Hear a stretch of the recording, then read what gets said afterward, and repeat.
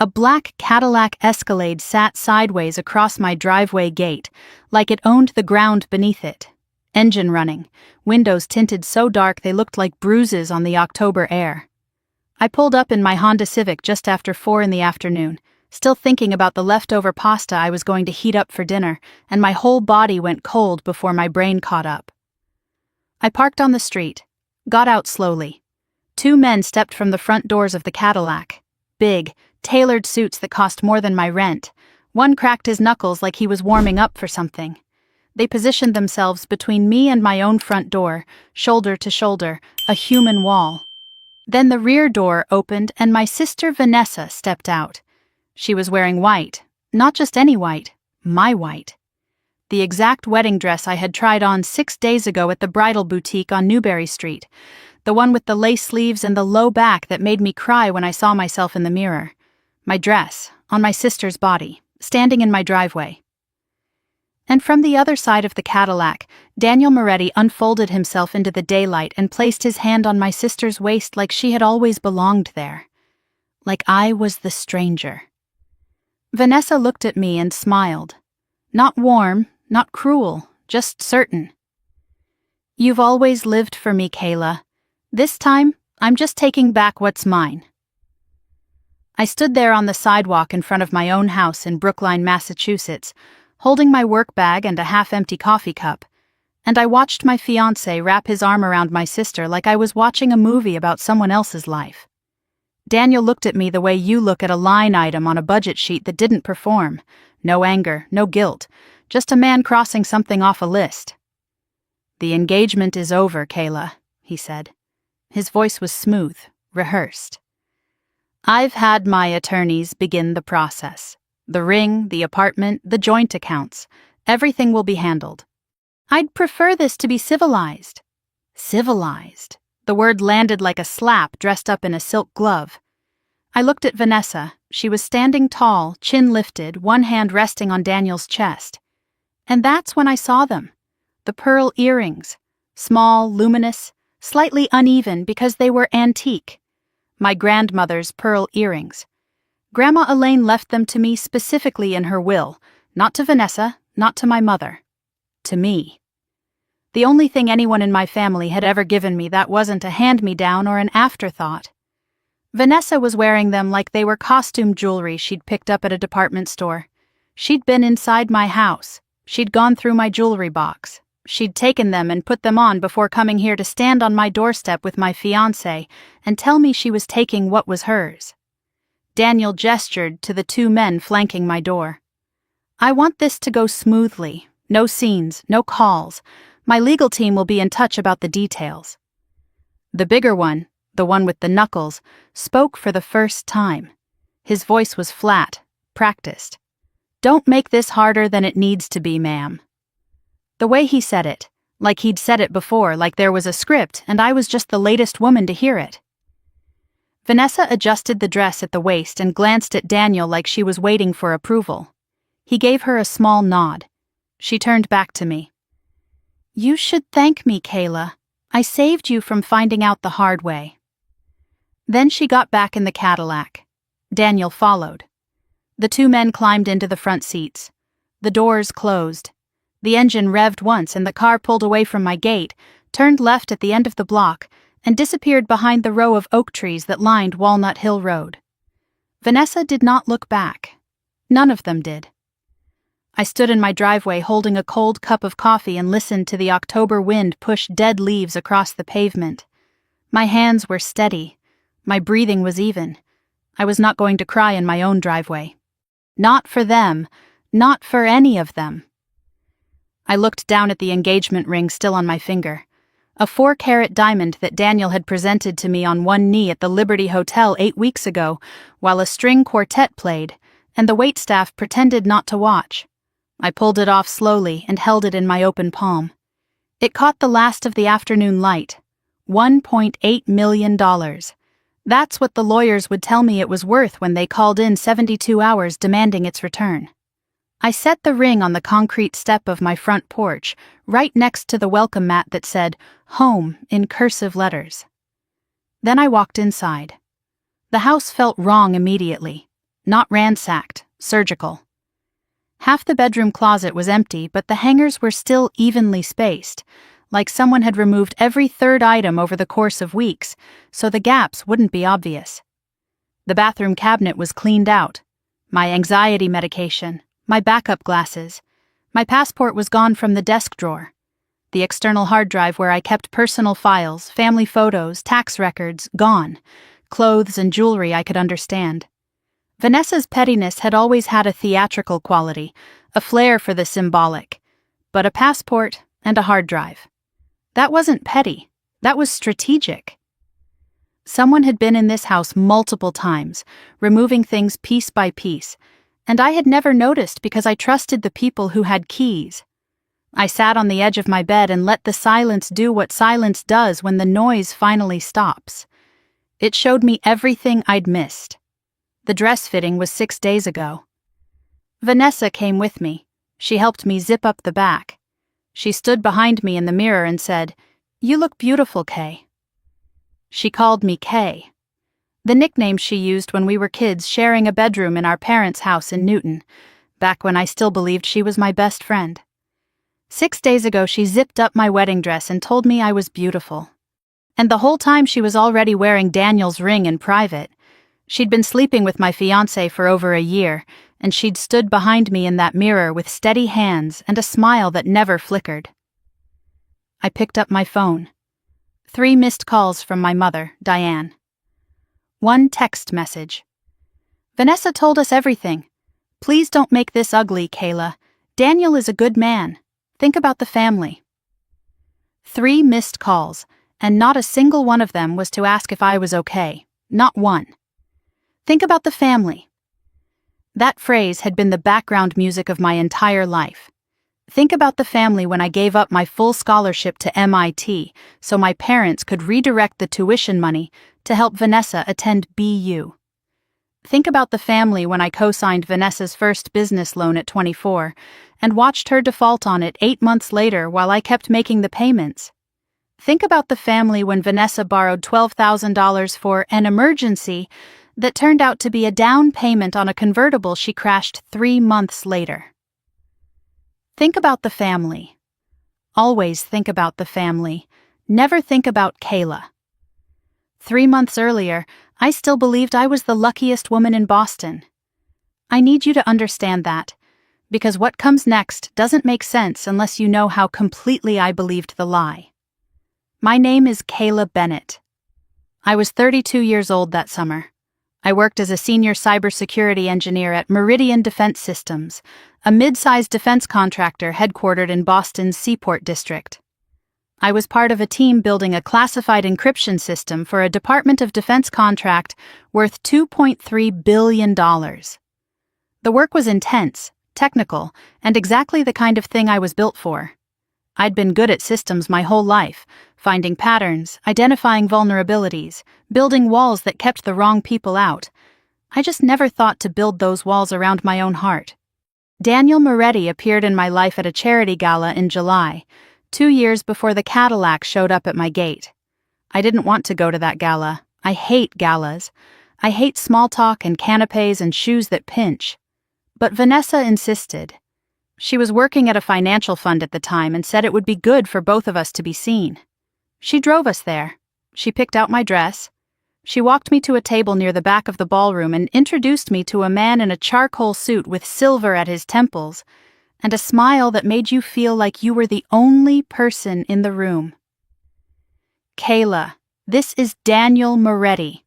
Daniel, this is my little sister, the genius I'm always telling you about." Then Vanessa disappeared for 20 minutes. I didn't think anything of it at the time. Vanessa always disappeared at parties. She'd find someone more interesting to talk to, someone with a bigger name or a thicker wallet, and she'd drift. That was just Vanessa. But now, sitting in my half-empty house with my passport missing and my sister's perfume still lingering in the closet she'd raided, that 20-minute absence looked different. She didn't drift. She delivered me. She walked me to Daniel's table, made the introduction, and left the room so he could work. Daniel pursued me for 5 months before I agreed to a real date. I wasn't playing hard to get. I genuinely didn't trust it. Men like Daniel Moretti didn't chase women like me. I was not glamorous. I was not connected. I was a cybersecurity engineer who spent her weekends reading technical journals and her evenings debugging code. But Daniel was patient. Flowers arrived at my office every Friday. Handwritten letters, not emails, actual letters on heavy cream paper, arrived at my apartment. He remembered everything I said. My favorite author. The name of the dog I had when I was 11. The fact that I drank my coffee black with 1 sugar, never 2. It felt like being seen for the first time in my life by someone who wasn't obligated to look. He proposed 8 weeks before the Cadillac. A private dinner at the Liberty Hotel. A string quartet. A 3-carat diamond ring that caught the candlelight and scattered it across the ceiling like stars. He got on one knee and said, "I've never met anyone like you. You're the only real thing in my life." I cried. I said yes before he finished the sentence. For the first time in 32 years, I believed someone had chosen me. Not because I was useful, not because I was reliable, not because I would sacrifice without complaining, just because I was me. The wedding planning started immediately, and Daniel took over most of it. 300 guests, a venue at the Boston Harbor Hotel, a designer dress, caterers, florists, a 15-piece band. I wanted something small. He wanted something enormous. He won every negotiation with the same warm smile and the same 5 words, "Trust me, I know best." I let him design the whole thing because I'd spent my whole life watching other people take the lead, and I thought that's what love looked like. I understand now. He wasn't planning a wedding, he was building a stage. And I was never the bride, I was the prop. Night had fallen by the time I stopped sitting on my bed and started moving again. The engagement ring was still on the front step where I'd left it. I could see it through the window, catching the porch light, a tiny star sitting on concrete. My phone rang. Unknown number. I almost let it go to voicemail. Something made me answer. A woman's voice. Clipped. Professional. No warmth. "Ms. Bennett? My name is Jocelyn Park. I'm an attorney representing Moretti Holdings. I'm calling to inform you that Mr. Moretti has initiated proceedings to recover the engagement ring, valued at $1.8 million. You have 72 hours to return it to our offices. Failure to comply will result in civil litigation." She hung up before I could respond. 72 hours. They weren't even giving me a full night to grieve before the lawyers circled. This wasn't a breakup. This was a demolition. And every charge had been set long before I heard the first explosion. I set the phone down and opened my laptop. The screen lit up my face in the dark room. I am a woman who builds security systems for a living. I design walls that protect classified information from the most sophisticated threats on Earth. I find the cracks that other people miss. I trace the footprints that other people erase. Daniel Moretti picked me because I had access to secrets. He spent 2 years convincing me I was loved so he could get close to the most sensitive project in my company. He never once considered that the woman he chose as a target spent 10 years learning how to find the truth that powerful people try hardest to hide. He picked me because of what I could give him. He never stopped to think about what I could do to him. I showed up at Meridian Defense Systems at 7:45 the next morning because I didn't know what else to do. My badge had worked at the parking garage gate every day for 6 years. I'd swiped it so many times the plastic was wearing thin at the corner where my thumb pressed. I walked through the main entrance, nodded at the security guard, Gerald, who'd been there longer than me, and headed for the elevator bank. My badge didn't beep. The turnstile didn't move. I swiped again. Nothing. Gerald looked at his screen, then at me, and his face did something I'd never seen before. It folded, like he was watching someone walk into a glass door and couldn't warn them in time. "Ms. Bennett, I need you to wait here for a moment." He picked up the phone. I stood in the lobby of the building where I'd spent 6 years of my life, where I'd designed encryption architecture that protected classified military communications, where I'd worked through weekends and holidays and the flu and a kidney infection because the work mattered and I was good at it, and I waited like a visitor. like a stranger, like someone who didn't belong. Howard Langford came down personally, my direct supervisor. 53 years old, silver-rimmed glasses, the kind of man who wore the same 3 ties in rotation and thought it made him approachable. He'd mentored me since my first week. He'd recommended me for the Project Sentinel team.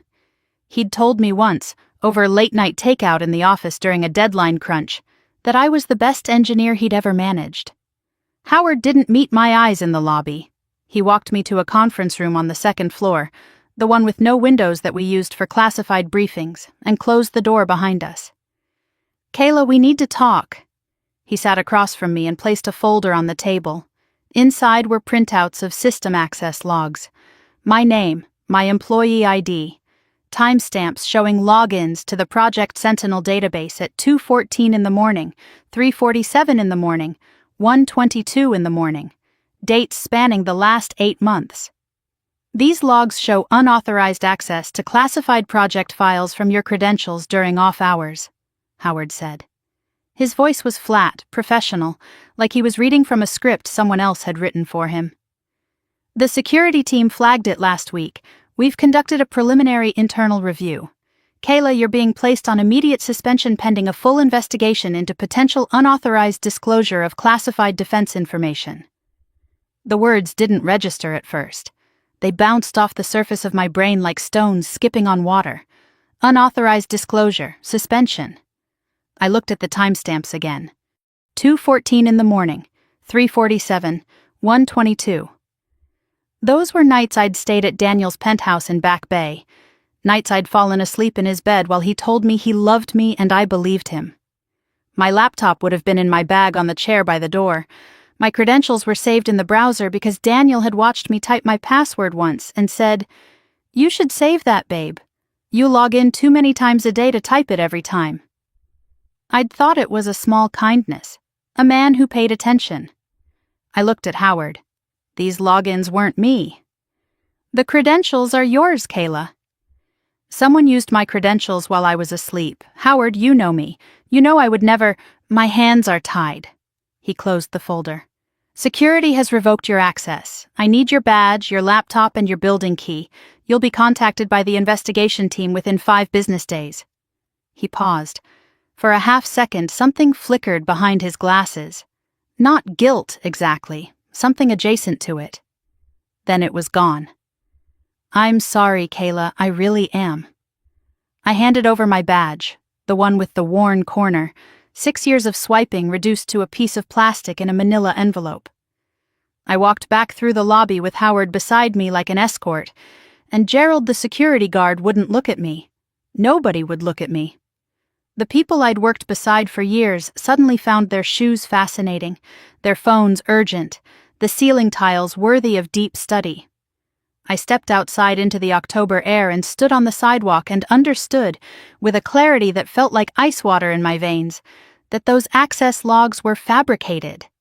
Someone had used my credentials from a device that wasn't mine, from a location that wasn't my home, on nights when my laptop was within arm's reach of a man who had 2 years to learn my habits, my passwords, my routines, my trust. Daniel didn't just cheat on me. He used me as a key to a locked door, and now he was framing me for opening it. I sat in my car in the Meridian parking garage and made 3 phone calls. The first was to my bank. The joint investment account Daniel and I had opened 9 months ago, the one where I'd deposited my savings as a gesture of trust, was frozen. Not closed, frozen. His name was the primary account holder. Mine was secondary. I had no access. The second call was to the credit card company. The supplementary card Daniel had given me, the one he'd insisted I carry for emergencies and nice things, Kayla, you deserve nice things, was canceled, terminated as of yesterday. The third call was to the property management office for my apartment in Brookline. My apartment. Except it wasn't. The lease was held by Moretti Properties, LLC. Daniel owned the building. I'd known this when I moved in. He'd said it was convenient, romantic even, that he could take care of the lease, and I could just focus on making it feel like home. I'd thought it was generous. It was a leash. The property manager informed me, with the detached politeness of someone reading from a legal notice, that my occupancy agreement would be terminated in 30 days. Mr. Moretti's office has requested the unit be vacated by November 15th. In 24 hours, I had lost my fiancé, my sister, my job, my savings, my credit card, and my home. Each one removed with surgical precision, like organs being harvested from a body that was still breathing. I called my parents from the parking garage. I don't know why. Hope, maybe. Muscle memory. The desperate, childish belief that when everything falls apart, your mother and father will catch you. My father answered on the second ring. "Kayla." His voice was already armored. "Dad, something terrible is happening. Daniel, Vanessa told us." He cut me off, not gently, like he was closing a door. "She told us about the scene you made at the house yesterday. Kayla, you threw things at Daniel's car. You screamed at Vanessa in front of the neighbors. This is not how we raised you." I hadn't thrown anything. I hadn't screamed. I'd stood on a sidewalk holding a coffee cup and watched my life drive away in a Cadillac. "Dad, that's not what happened. Vanessa is lying. Daniel has been nothing but good to this family." My father's voice hardened, the voice he used when a conversation was over and he was just waiting for the other person to realize it. "He's helped Vanessa's business. He's been generous with your mother and me. And you're going to stand there and tell me the man who gave you a $2 million ring is the villain? Kayla, you need to get control of yourself." I heard my mother in the background. Not her words, just her tone. The soft murmuring she did when she agreed with my father but didn't want to say it out loud. She'd been doing that my entire life, letting Richard Bennett speak for both of them, letting his certainty become hers. "Dad, please listen to me. I've listened enough. Vanessa is upset. Daniel is upset. Your mother is upset. For once in your life, think about someone other than yourself." The line went dead. I sat in the parking garage with the engine off and the windows up, and I breathed, slowly, in and out. The way I'd taught myself to breathe when I was 14, and Vanessa told the entire 8th grade that I'd wet the bed at summer camp, which wasn't true, but truth had never been the point with Vanessa. The point was always to make me smaller. My phone buzzed, a text from an unknown number, 6 words on the screen. "They're not done with you yet. Be careful." I stared at the message for a long time. The number was unfamiliar.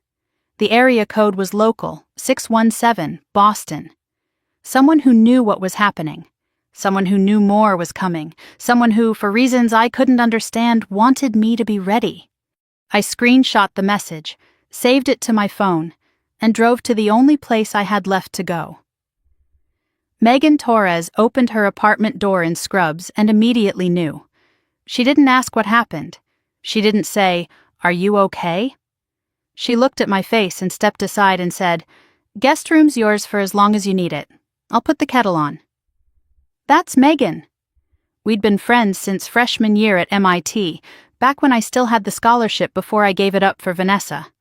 Megan stayed, got her degree, went to nursing school, became an ER nurse at Mass General.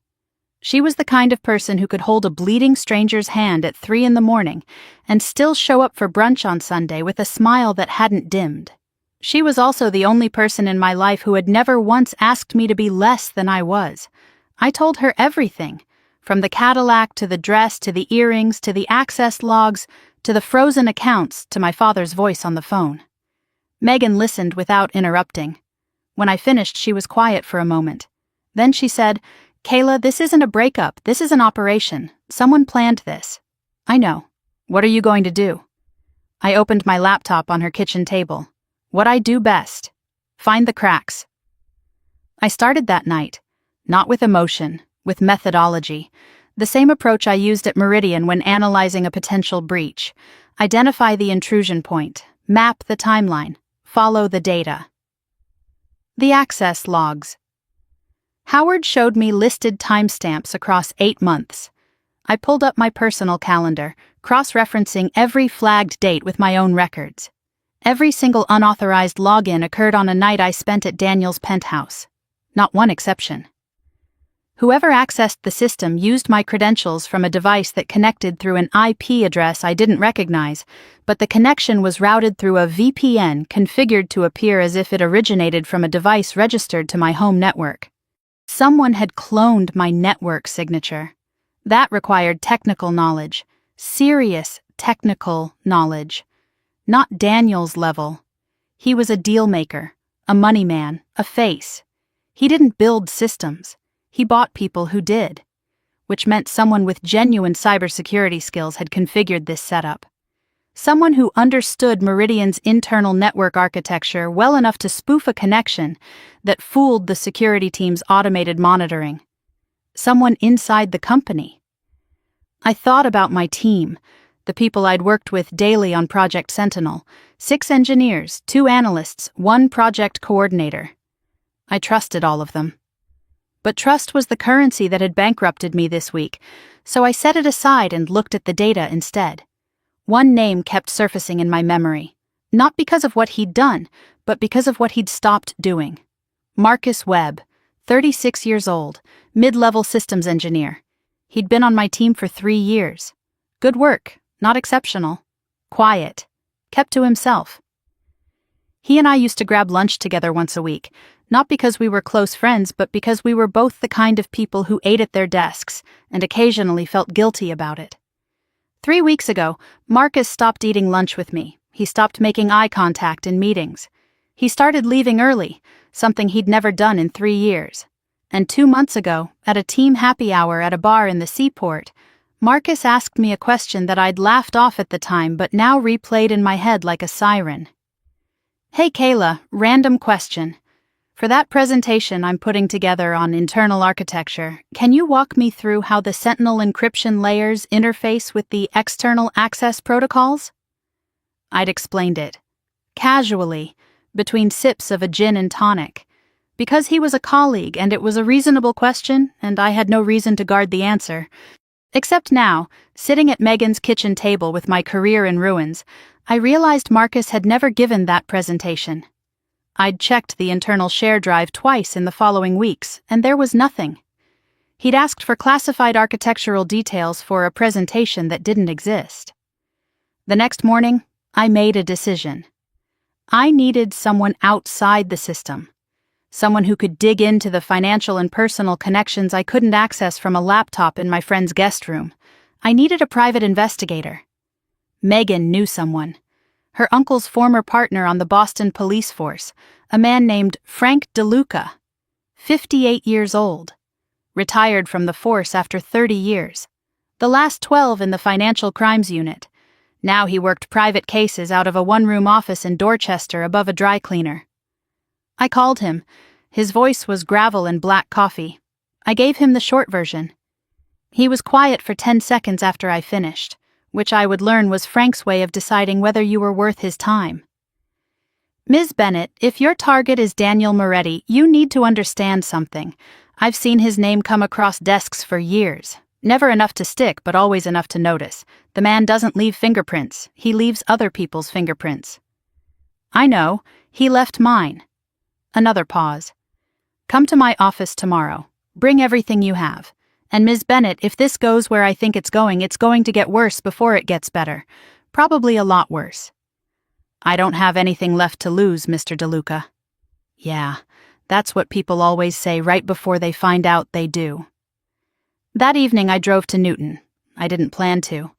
I was on my way to pick up takeout from the Thai place on Washington Street, and I found myself turning onto my parents' block without deciding to. Muscle memory or masochism, I couldn't tell the difference. I slowed as I passed the house. A colonial with white trim, the lawn still green despite October, the American flag hanging limp on the porch. The house where I learned to ride a bike, where I practiced piano scales until my fingers ached, where I sat at the kids' table at Thanksgiving until I was 26 because Vanessa's friends needed the chairs at the adult table, and someone had to make room, and it was always me. Daniel's Cadillac was parked in the driveway, the same Cadillac, in my parents' driveway like it had been there 100 times. I stopped the car across the street and looked through the dining room window. The chandelier was on, the one my mother saved for holidays and special occasions. Through the glass I could see them. My mother at the head of the table setting down a serving dish. My father at the other end pouring wine. Vanessa on one side laughing at something, her hand on Daniel's arm. Daniel beside her, leaning back in his chair with the ease of a man who has never been refused entry to any room. They were having dinner. A family dinner. 4 days after Vanessa stole my fiancé, 3 days after my parents told me to get control of myself, my family was sitting around the dining room table with the man who was systematically destroying my life, and they were eating pot roast under the good chandelier. Vanessa was sitting in my chair, the one on the left side, closest to the kitchen, the seat I'd occupied at every family meal for as long as I could remember. She was sitting in it with her back straight and her wine glass raised, and my mother was smiling at her, and my father was carving meat, and Daniel Moretti was watching all of it with the quiet satisfaction of a man who has purchased exactly what he wanted. I sat in my car across the street and watched my family replace me over pot roast. They didn't draw the curtains. They didn't think they needed to, because in their minds, I was already gone. I was already the version of the story Vanessa had told them, the hysterical little sister who made a scene and needed to be managed. They'd closed ranks so fast it was like I'd never been inside them. I put the car in drive and pulled away. I didn't cry. I drove back to Megan's apartment, heated up leftover soup, and sat at the kitchen table with my laptop open and Frank DeLuca's number in my phone, and the anonymous text message glowing on the screen beside me. "They're not done with you yet. Be careful." No, they weren't done with me. But I wasn't done either. Not even close. Frank DeLuca's office smelled like old paper and burnt coffee. He'd been working my case for 4 days, and when I walked in that Thursday morning, there were 3 folders on his desk instead of the usual one. He didn't greet me. He just pointed at the chair across from him and slid the first folder over. "Sit down, Ms. Bennett. We've got a lot to cover and none of it's going to make you feel better." Inside the first folder were photographs. Vanessa and Daniel at a restaurant in the Back Bay, her hand on his knee under the table, his mouth close to her ear. A hotel receipt from the Four Seasons dated 14 months ago, charged to a corporate card under Moretti Holdings. Flight manifests showing Vanessa and Daniel on the same private jet to Miami, to Aspen, to the Bahamas, going back 18 months. 18 months. Vanessa had been sleeping with my fiancé for a year and a half, 6 months longer than I'd even known Daniel existed in any romantic sense. She wasn't the woman who stole my fiancé. She was the woman who had him first. "The affair's the surface," Frank said, watching me flip through the photos with hands I forced to stay steady. "It's ugly, but it's not the story. The story is in folder 2. I opened it. Financial records, corporate filings, employment history. Vanessa Bennett had worked as a financial assistant at Moretti Capital, Daniel's private investment fund, for 11 months. She started 3 years ago. She left the position 14 months ago, right around the time the hotel receipts began. On paper, she'd been a low-level employee who moved on to start her own interior design business, Bennett and Bloom Interiors. In reality, the timeline told a different story. Vanessa was inside Daniel's organization for nearly a year before the affair began. She had access to his files, his contacts, his strategy, and her interior design company, the one my parents were so proud of, the one I'd co-signed a loan for, was funded by a $500,000 investment from the Moretti Foundation that Frank traced through a shell company called Beacon Row Holdings. "She didn't just work for him," I said. "She was recruited." "That's my read," Frank said. "Moretti doesn't hire assistants through normal channels. He headhunts. He finds people with access to things he wants and brings them inside his operation. Your sister had access to something very valuable." "Me. You." Frank opened the third folder, and I felt the ground shift under my chair. "This is where it gets bad, Ms. Bennett. Moretti didn't start with you." Inside were newspaper clippings, court documents, and a printed LinkedIn profile. Dr. Natalie Chen, 38 years old, former senior systems engineer at Harman Dynamics, a defense contractor based in Arlington, Virginia. 4 years ago, Natalie was terminated after an internal investigation found evidence of unauthorized access to classified project files. The access logs showed her credentials being used during off hours from locations inconsistent with her home address. She was fired, her security clearance was revoked, and her professional reputation was destroyed. She fought it for 8 months, filed appeals, hired lawyers, but the evidence was ironclad and no one believed her. She moved to Baltimore, took a job at a fraction of her former salary, and disappeared from the defense industry entirely. The pattern was identical: the off-hours access logs, the credentials used from a spoofed location, the swift termination, the destroyed career, the isolation. Same method, same result, same architect. "How did you find her?" I asked. Moretti's legal counsel on the Natalie Chen situation was a firm called Hale & Associates. Lead attorney Victor Hale. Same Victor Hale who currently represents Daniel Moretti on all his domestic legal matters. Same Victor Hale whose firm sent you the letter demanding the engagement ring back. Frank leaned forward. "Ms. Bennett, Moretti has a playbook. He targets women with security clearance at defense contractors. He gets close to them through romantic relationships. He extracts what he needs. And when they're used up, he frames them for the breach and moves on. You're not his first target. You're his second, at least." The room felt very small. I looked at Natalie Chen's LinkedIn photo. Dark hair, sharp eyes, a professional smile that didn't quite reach the corners of her mouth. She looked tired. Not the kind of tired that sleep fixes. The kind that settles into your bones when no one believes you for long enough. "I need to talk to her," I said. "Already found her address. She's in Baltimore. Small apartment in Fells Point." Frank paused. "But Kayla, I need to warn you. When I called her to ask about Moretti, she hung up on me. Called back 20 minutes later and said she'd talk, but only in person, and only if I could prove I wasn't working for him. She's scared. 4 years later, she's still scared." "I'll drive to Baltimore tomorrow." "One more thing." Frank's voice dropped. "Last night, I got a call from a contact at Meridian. Off the record. Your suspension didn't originate internally. The investigation into your access logs was initiated after an outside request. Someone contacted Meridian's legal department and recommended they audit your credentials specifically. The request came through a law firm. Hale & Associates. Hale & Associates. My phone rang as I was leaving Frank's office. The caller ID said Meridian Defense. I answered expecting HR or the investigation team.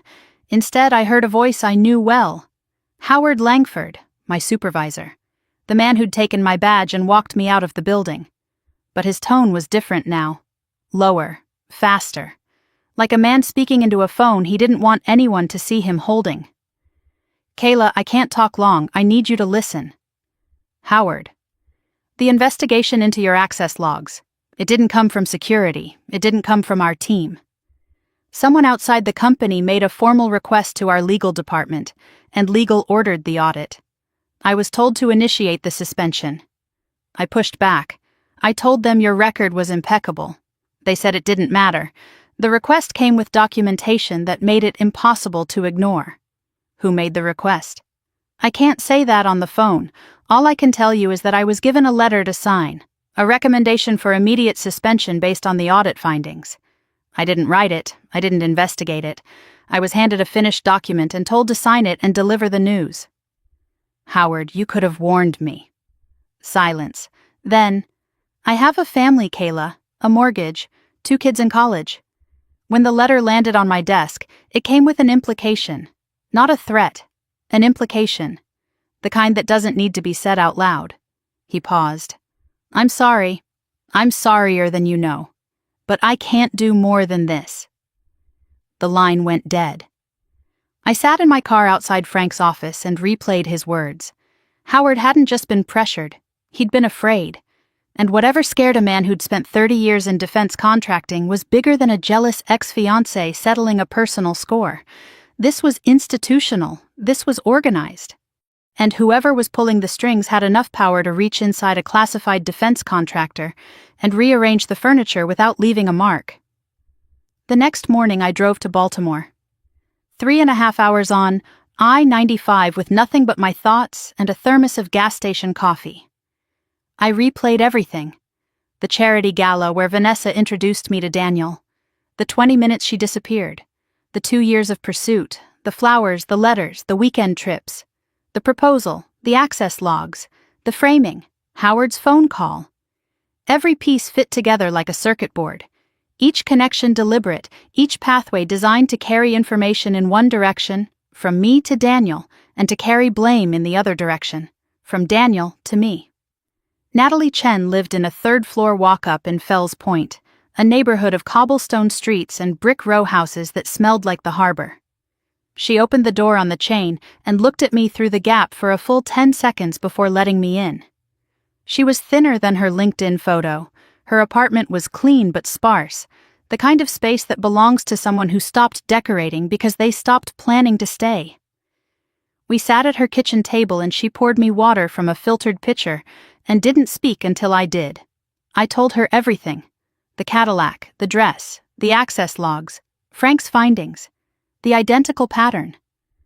She listened without expression, her hands wrapped around her water glass, and when I finished she closed her eyes for a moment and breathed out through her nose like she was deflating. 4 years, she said. 4 years I've been telling myself it was over, that I'd moved on, and here you are sitting at my kitchen table telling me it's still happening. She opened her eyes. His name was David when I knew him. David Moran. That's the name he used. Charming, persistent, made me feel like I was the center of the universe. We dated for a year. He proposed after 8 months. I said yes. She paused. Same playbook? Same playbook, I said. He destroyed my life and no one believed me, Natalie said, her voice flat, factual, like she was reading a weather report about a hurricane that had already passed. They said I was paranoid. My family pulled away. My friends got tired of hearing about it. My lawyer told me to take a settlement and move on because fighting it would cost more than I'd ever recover. So I moved on, moved here, got a job doing IT consulting for a company that makes dental software. I went from protecting military communications to debugging appointment schedulers. She looked at me. What do you want from me, Kayla? Everything you have, emails, documents, notes, anything you saved from when it happened. I saved everything, she said.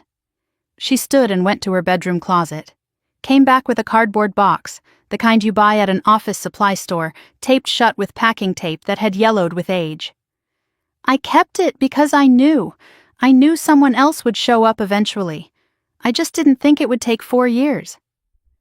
We spent 2 hours going through the box. Printed emails between David Moran and a law firm, Hale and Associates. The language was clinical, corporate. Asset management, liability containment, separation protocol. Natalie was never referred to by name. She was the subject, or NC. In one email from Victor Hale to Daniel's office, dated 4 years ago, the line read, "Subject has been neutralized. Recommend standard separation protocol. No further engagement necessary."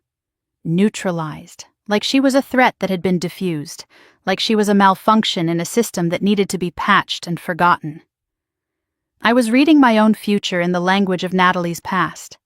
Somewhere in Daniel's files, there was probably an email that said the same thing about me. Subject KB, neutralized. Standard separation protocol. Move on to the next one. As I was putting the last of the documents back into the box, Natalie grabbed my wrist. Her grip was stronger than I expected. Kayla, there's something I never told anyone. The night before I was fired, someone broke into my apartment. Nothing was taken except my work laptop and my phone. And there was a note on my kitchen counter. Just one sentence. Walk away and this ends. Did you call the police? Who was going to believe me? I was already the unstable ex-girlfriend who couldn't accept a breakup. That's the story they'd built. By the time they were done, even I started wondering if maybe I was crazy. She let go of my wrist. Be careful, Kayla. Daniel doesn't just ruin lives. He erases people. And when he's done with you, the world forgets you ever existed. I drove back to Boston with Natalie's box on the passenger seat and her words in my ears. He erases people, not ruins. Erases, like pencil marks on paper, like you were never there at all. 3 days after Marcus Webb confessed to me in the Cambridge Cafe, I was sitting at Megan's kitchen table at 6 in the morning, organizing everything I had into a timeline on my laptop, when my burner phone buzzed. Same unknown number as the anonymous message from my first day of exile. This time the message was longer. Check the Moretti Foundation donor list. Your parents' names are on it. They knew before you did, all of them. I stared at the screen. Whoever was sending these messages knew about my parents specifically, not just that they'd sided with Vanessa, not just that they'd taken Daniel's calls. They knew about financial connections between the Moretti Foundation and my family. This wasn't a random whistleblower with a guilty conscience. This was someone with direct access to Daniel's financial operations, who also knew the details of my family relationships. The intersection of those two circles was very small. I tried tracing the message. 3 VPN layers, professionally masked, rotating IP addresses. Whoever built this routing knew what they were doing or had hired someone who did. I saved the metadata for analysis and called Frank. He called back at 7. His voice was different. The gravel was still there, but something heavier sat underneath it. Kayla, come to my office, not over the phone. I drove to Dorchester.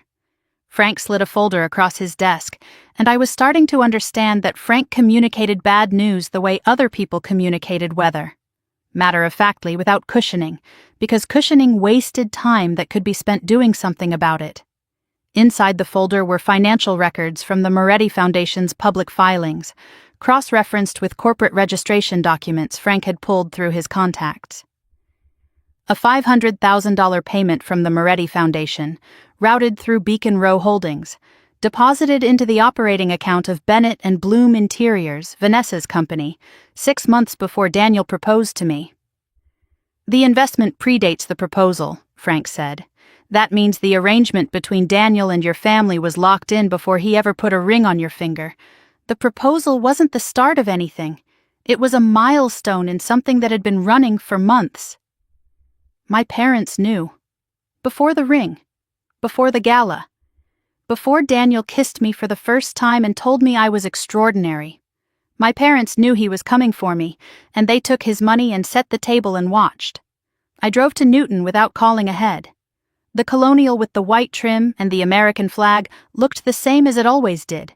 Neat and composed, a house that performed stability for the neighbors. My father opened the door, surprised. My mother was in the kitchen. The house smelled like pot roast, Vanessa's favorite, never mine. I walked past my father into the hallway and stopped. On the hallway table, in a silver frame I'd never noticed before, was a photograph of Vanessa and Daniel at what looked like a Moretti Foundation event. Black tie, her arm through his, both smiling. Vanessa's hair was shorter in the photo, the bob she'd worn last year before she grew it out. This photo was at least a year old. It had been sitting on my parents' hallway table, openly displayed for months. I had walked past it every time I visited this house during my engagement to Daniel. I'd walked past a photograph of my fiancé with my sister, and never looked closely enough to see it because it never occurred to me that I needed to. I placed Frank's financial documents on the kitchen table. $500,000, Mom, from Daniel's foundation into Vanessa's company, 6 months before he proposed to me. My mother's hands froze on the dish towel she was holding. My father came in from the hallway, saw the papers, and his jaw tightened the way it always did when reality contradicted the story he preferred. The confrontation lasted 12 minutes. I know because I checked the clock afterward. 12 minutes to dismantle 32 years of illusion. My mother cried, but she did not deny. She called it an investment, not a bribe. She said Daniel believed in Vanessa's potential. She said I was twisting everything because I was hurt. My father was harder, louder, the way he always got when he felt cornered. Daniel brought more to this family in 1 year than you have in 32. He gave Vanessa a chance. He gave us stability. What have you ever given us, Kayla? Bills, worry, a daughter who was always too busy with her computers to pick up the phone. I absorbed it. I'd heard versions of this my whole life. That I wasn't enough. That Vanessa needed more. That the family's needs outweighed mine. But this time there was arithmetic attached. This time I could put a dollar figure on my own erasure. $500,000. That's what my family cost. That's the price they accepted to stay quiet while a man dismantled their youngest daughter's life from the inside. I asked one question. Did you know Daniel was using me to access classified defense projects? My father hesitated. 1 second, maybe 2. But I'm trained to notice gaps in systems, and a 2-second pause from Richard Bennett was a canyon. My mother looked at the floor. Neither answered directly. My father said, "We didn't ask questions. Daniel said he needed you close to certain business interests. We assumed it was networking." You assumed? You didn't ask, because you didn't care what happened to me as long as the money kept flowing into Vanessa's company. The front door opened. Vanessa walked in carrying a shopping bag and wearing sunglasses pushed up on her head like a crown. She had a key. She came and went freely. This was still her house in every way that mattered, and it had never been mine. She saw me, saw the documents on the table, saw our mother crying and our father red-faced. She set her bag down on the counter, poured herself a glass of water from the Brita filter, took a sip and said, "You've always lived for me, Kayla. You should be used to it by now. If anything, you should be grateful. I gave your life a purpose." The words landed in the room like a stone dropped into still water. My mother flinched. My father looked away. And Vanessa stood there drinking water in our mother's kitchen with the same expression she'd worn in the Cadillac. The same expression she'd worn at the dress fitting when she zipped me up and told me I was beautiful. Serene, certain, untouchable. She genuinely believed it. She had rewritten the history of our family so completely that she saw herself as the sun and me as a moon that existed only to reflect her light. And the silence from both my parents confirmed that they'd been reading the same script. I stood up. I looked at all three of them. My mother clutching a dish towel and crying tears that were for herself, not for me. My father rigid with the self-righteousness of a man who has never once admitted he was wrong. My sister drinking water like this was a Tuesday. "I spent my whole life thinking I wasn't enough for this family," I said. "Turns out I was worth exactly $500,000 to you. Now I know the price, and you're going to wish it was higher." I walked out of that house, and I did not look back. I did not close the door gently. That evening, I met Marcus Webb at the Cambridge Cafe. He looked worse than the last time. Dark circles that looked like bruises, weight loss visible in his neck and wrists, a tremor in his hands when he lifted his coffee cup. He'd been sleeping in his car for 2 nights because he was afraid to go home. He handed me the notarized statement, 8 pages, confirming he'd created the fake access logs under Daniel's coercion. But he wasn't done. He'd been carrying something heavier, and I watched him work up to it the way you watch someone approach the edge of a diving board. "Kayla, when Daniel first contacted me, it wasn't a phone call. It wasn't an email. It was your sister." I set my coffee down. Vanessa came to a company happy hour about 18 months ago. I didn't know who she was. She was friendly, flirtatious. She knew about my gambling debt, details she couldn't have known unless she had access to background check records or internal HR files. She knew the amount. She knew the creditors. She talked about it casually, like it was something everybody knew, and when I panicked, she told me she knew someone who could make it go away. Marcus's hands trembled. She introduced me to Daniel 2 weeks later at a private dinner. Daniel offered to clear the full $200,000 in exchange for what he called small favors. I thought it meant data entry or moving some files around. It escalated. "Marcus, who else is involved?" He looked at me and I saw something beyond fear. I saw a man standing at the edge of a truth he couldn't take back. "There's someone else inside Meridian, someone higher than me. I never met them directly, but Daniel mentioned them once. He called them Gatekeeper. Said Gatekeeper had been feeding information for over 2 years. Before me. before you were even engaged." The word settled into the air between us like smoke. Gatekeeper. Someone senior. Someone with clearance above mine. Someone who'd been operating inside Meridian Defense for 2 years without triggering a single alarm. And Daniel trusted this person more than anyone else in his network. More than Vanessa. More than Marcus. "Do you know who it is?" I asked. Marcus shook his head. "All I know is Daniel talked about Gatekeeper like they were untouchable. Like even if everything else fell apart, Gatekeeper would keep the pipeline open." I told Marcus to go to the motel in New Hampshire. I gave him cash and the address Frank had arranged. I told him not to contact anyone except me or Frank. "And Marcus, if you disappear on me, I can't protect you. Do you understand?" He nodded, took the cash, left through the back door. I returned to Megan's apartment at 10 that night. The street was quiet. The kind of early autumn quiet that feels like the city is holding its breath. I parked and walked toward the building entrance and stopped. A black sedan sat 50 yards down the block. Engine off. Lights off. But through the tinted windshield, I could see the faint glow of a phone screen illuminating someone's face. I walked past it without looking directly at it. Memorized the plate number. Went inside.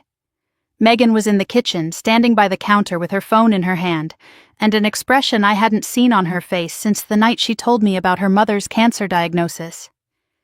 "Kayla, I didn't want to scare you, but that car has been there for 3 nights. And yesterday someone called the front desk at Mass General and asked which shifts I work. They said it was for a legal matter, but they didn't give a name or a firm." I looked through the window. The sedan hadn't moved. Whoever was inside was patient and professional and had been surveilling Megan's apartment long enough to establish a pattern. This wasn't about watching me. They were mapping everyone around me. Megan's schedule, Megan's workplace, Megan's vulnerabilities. She was being profiled, not because she'd done anything, but because she was the last person standing next to me. I photographed the car from the window using a telephoto lens Megan's ex had left behind, ran the plate through a public records database, and hit a dead end. Rental car. Enterprise location in Cambridge. Probably paid with a corporate card that led to a shell company that led to nothing. I sent the plate number to Frank. Then I sat with Megan in the dark living room, blinds drawn, and she said what I'd been dreading. "I'm not going to tell you to stop, but I need you to know that I'm scared." I took her hand. "You're the only person who believed me from the beginning. I won't let them touch you." "I know," she said, "that's what scares me, that you'd put yourself between me and a bullet." We sat in the dark and listened to the city breathe outside the closed blinds, and neither of us said what we were both thinking, that the circle of safety around me was shrinking every day and the people still standing inside it were running out of room. After Megan went to bed, I sat at the kitchen table and stared at my laptop screen until the connection stopped swimming and started forming shapes. Frank's financial trail, Marcus's confession, Natalie's box of evidence, the anonymous messages, the surveillance car, Howard's terrified phone call, and the word that sat at the center of everything like a spider in a web. Gatekeeper. Someone senior at Meridian Defense. Someone with level 4 clearance or above. Someone who'd been there longer than me, longer than my engagement, longer than Daniel's interest in Meridian's encryption technology. Someone invisible. I pulled up the Meridian internal directory from memory and started a list of names. Level 4 clearance holders, 6 people in the entire company. I was one. The CTO, the CEO, 2 division directors, and Howard Langford.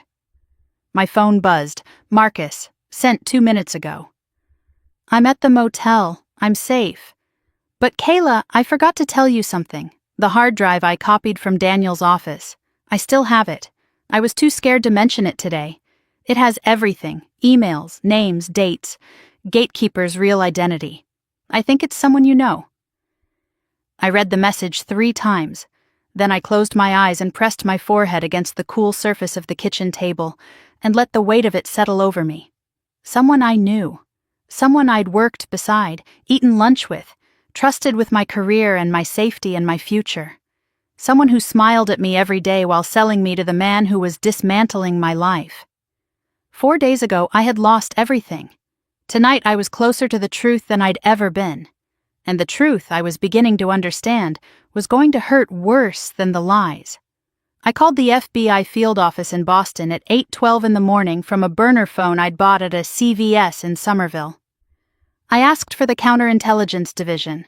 The woman who answered transferred me twice, put me on hold for 6 minutes, and I almost hung up because the hold music was a tinny rendition of something classical that sounded like it was being played through a paper towel tube. Then a voice came on. Clear, direct, no filler. Special Agent Rachel Dominguez, Counterintelligence Division. I gave her the compressed version. Senior cybersecurity engineer at a defense contractor, framed for a data breach by my ex-fiancé, a billionaire real estate developer. Evidence of a larger espionage operation targeting multiple defense firms over at least 4 years. A cooperating witness, financial records, a pattern. Rachel listened without interrupting, which I would learn was her signature. Most people fill silence with noise. Rachel Dominguez filled it with attention. When I finished, she said, "Ms. Bennett, can you come in today?" "Not tomorrow, today." I said yes, and was at the FBI Boston field office on Center Plaza by 10:30. Rachel Dominguez was late 40s, lean, with dark hair pulled back tight, and eyes that moved like security cameras, smooth, constant, missing nothing. She led me through 2 security checkpoints and down a hallway that smelled like recycled air and institutional carpet, into a conference room with no windows and a table that could seat 8, but held only 2 chairs.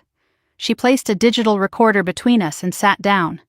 "Before you start, I want you to know something. You're not the first person to walk in here about Daniel Moretti." My stomach dropped and rose at the same time. The FBI already knew his name. I wasn't bringing them news. I was confirming something they'd been watching from a distance, trying to build a case around for months.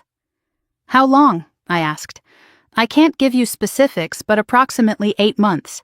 Suspected economic espionage, money laundering through real estate holdings, improper access to defense technology through civilian contractors." She paused. "We have fragments, financial anomalies, suspicious connections between Moretti's companies and foreign intermediaries. But we don't have an inside witness. We don't have hard evidence from within the target companies. Everything we have is circumstantial, and circumstantial doesn't get arrest warrants for a man with Daniel Moretti's legal resources." I opened my bag and laid it out. Marcus Webb's notarized confession about the fabricated access logs. Frank DeLuca's financial trail connecting the Moretti Foundation to my parents and Vanessa's company through Beacon Row Holdings.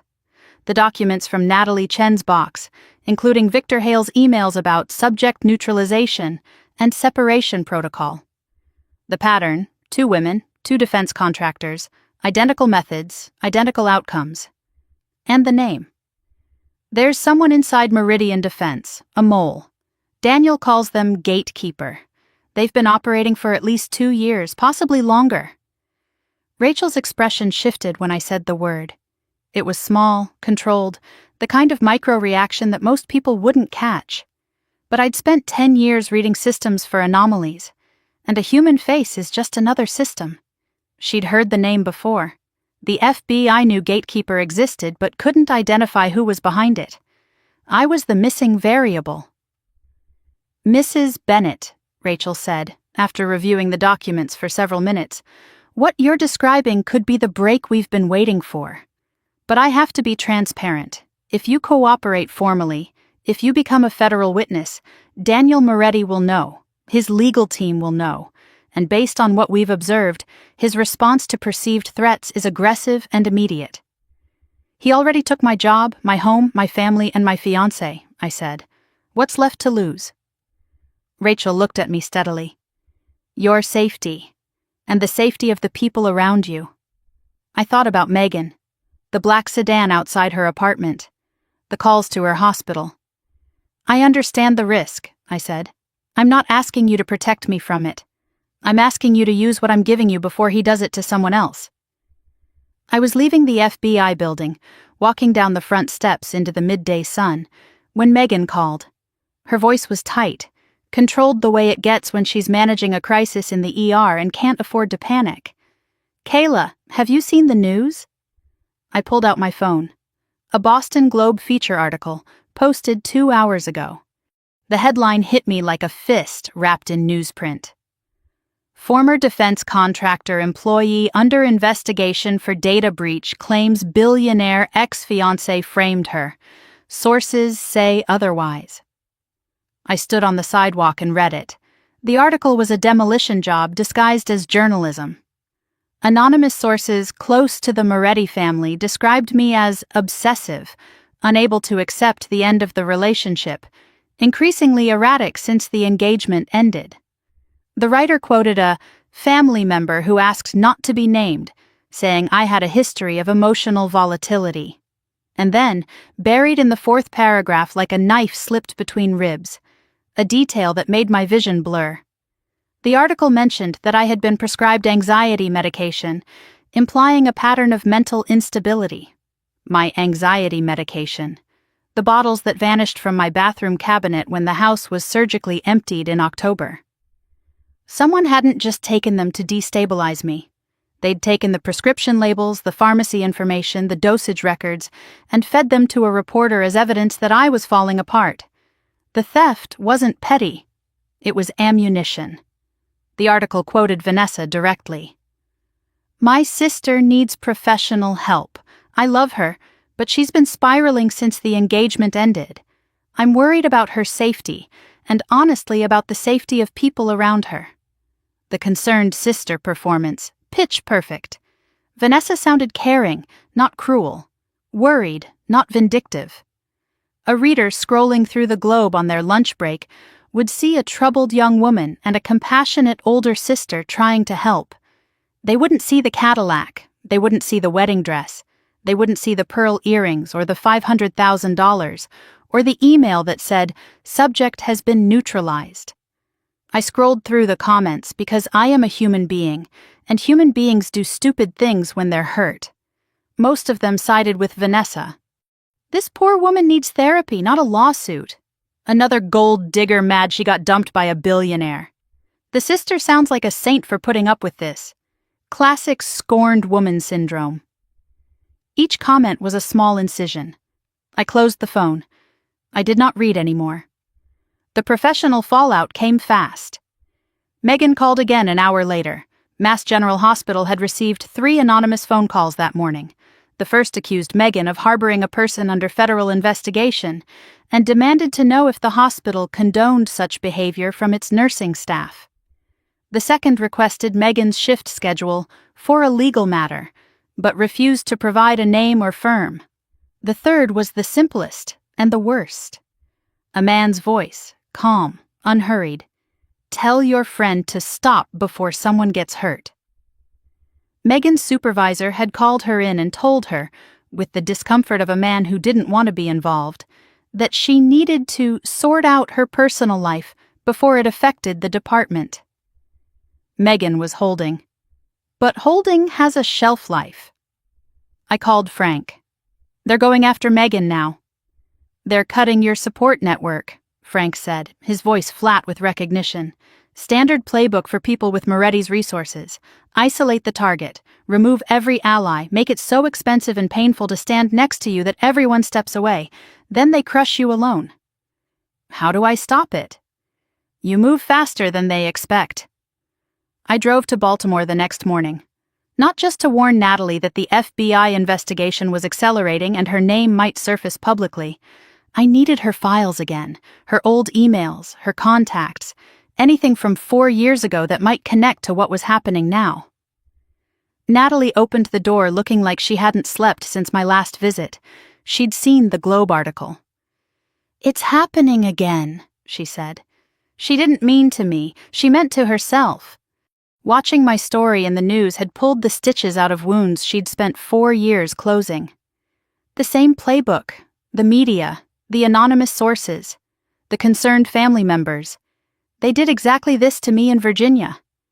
By the time I fought back, no one was listening anymore.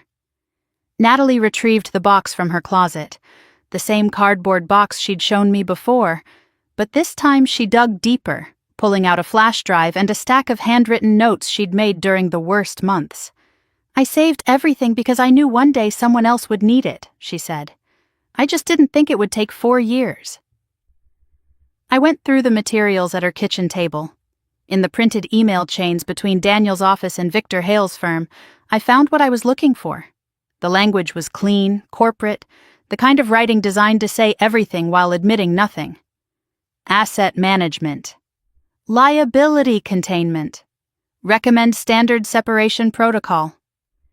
One email from Hale to Daniel's office read, "Subject has been neutralized. No further engagement necessary.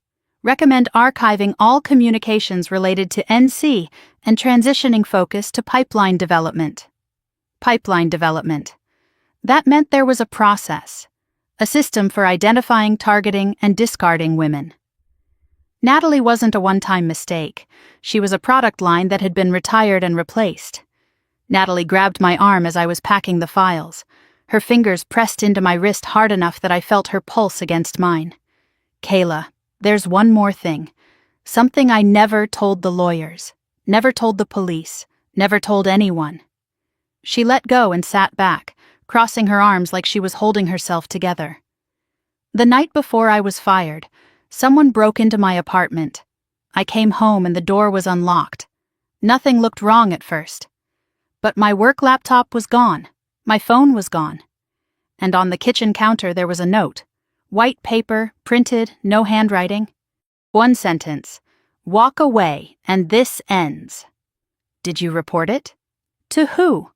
By that point I was already the unstable ex-girlfriend, the woman who couldn't accept a breakup. That's the story they built around me, and it was airtight. Any report I filed would have been filed away as evidence of my paranoia. She paused.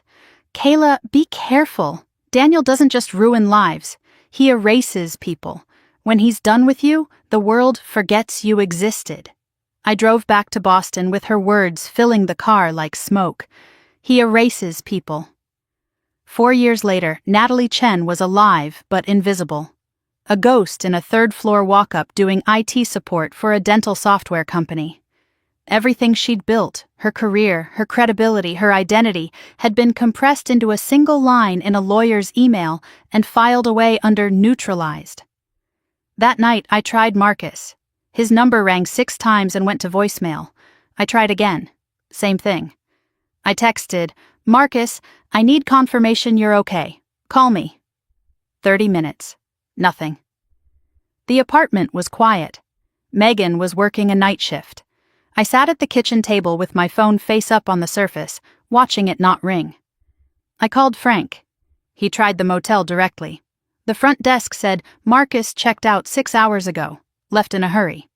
Didn't say where he was going, didn't leave a forwarding number, just grabbed his bag and walked to his car and drove. Frank ran Marcus's credit card. Last charge was at a gas station in Concord, New Hampshire, heading north on I-93. After that, nothing. His phone was off or dead. 2 possibilities, Frank said. He panicked and bolted. Or someone found him first. He has the hard drive, Frank. I know. If Daniel's people got to him, that evidence is gone. Gatekeeper's identity is gone. Everything we need to make this case is on that drive.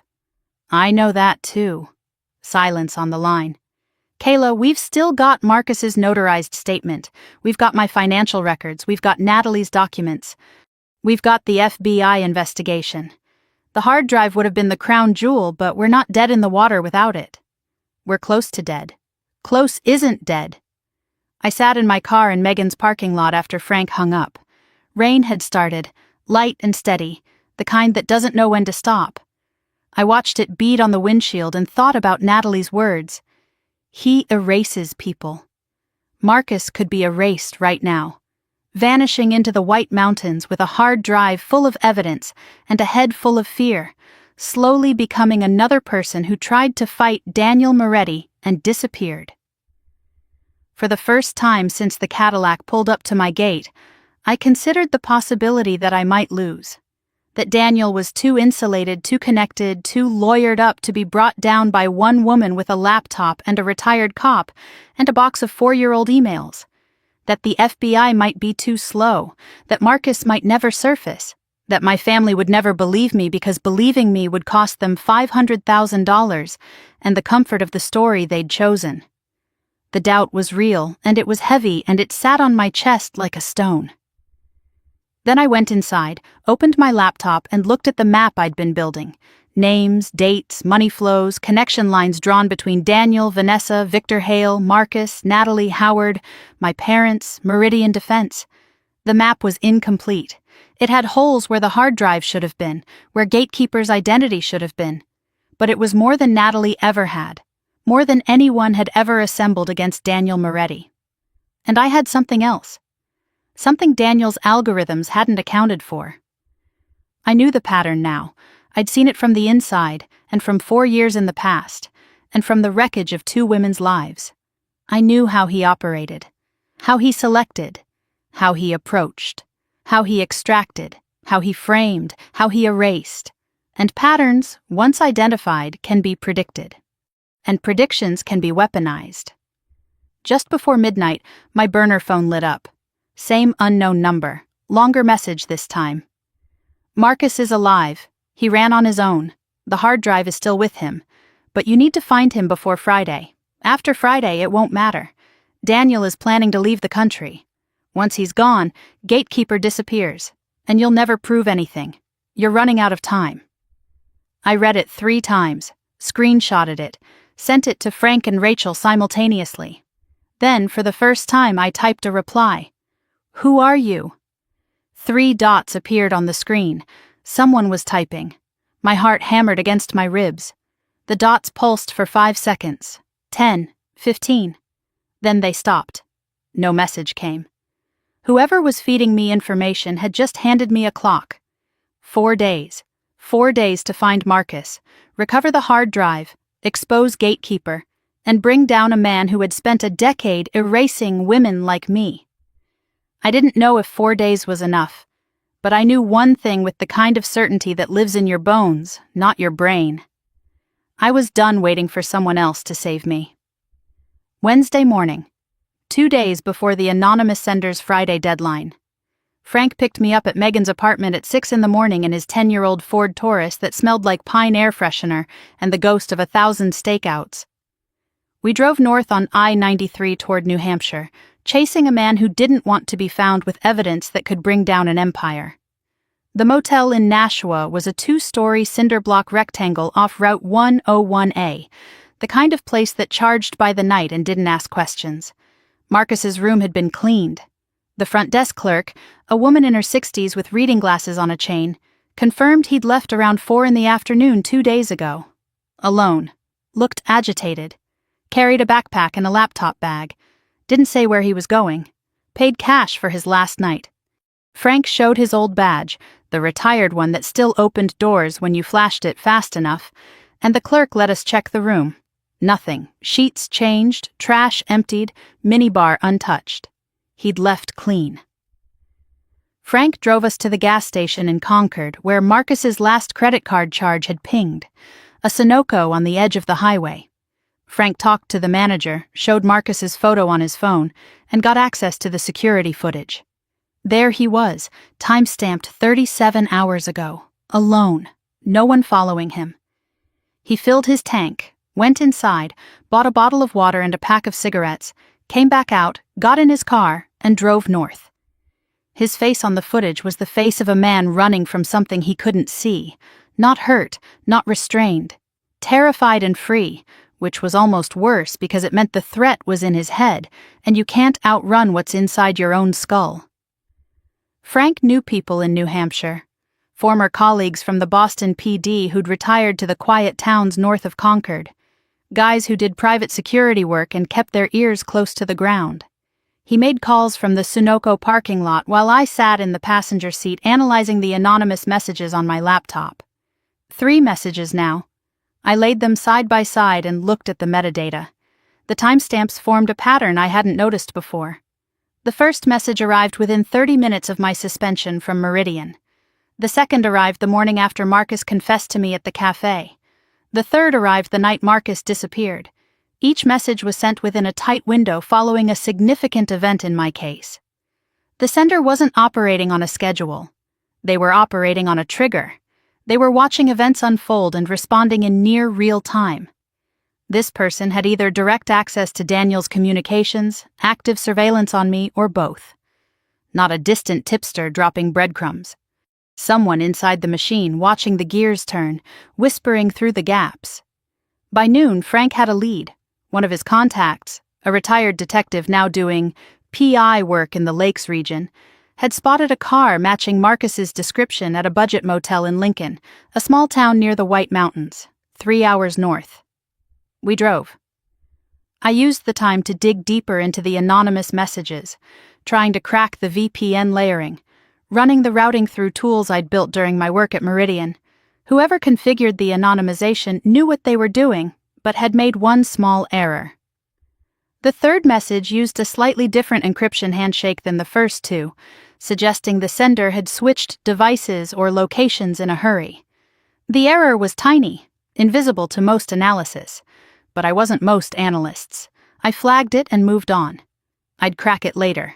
Right now, Marcus was the priority.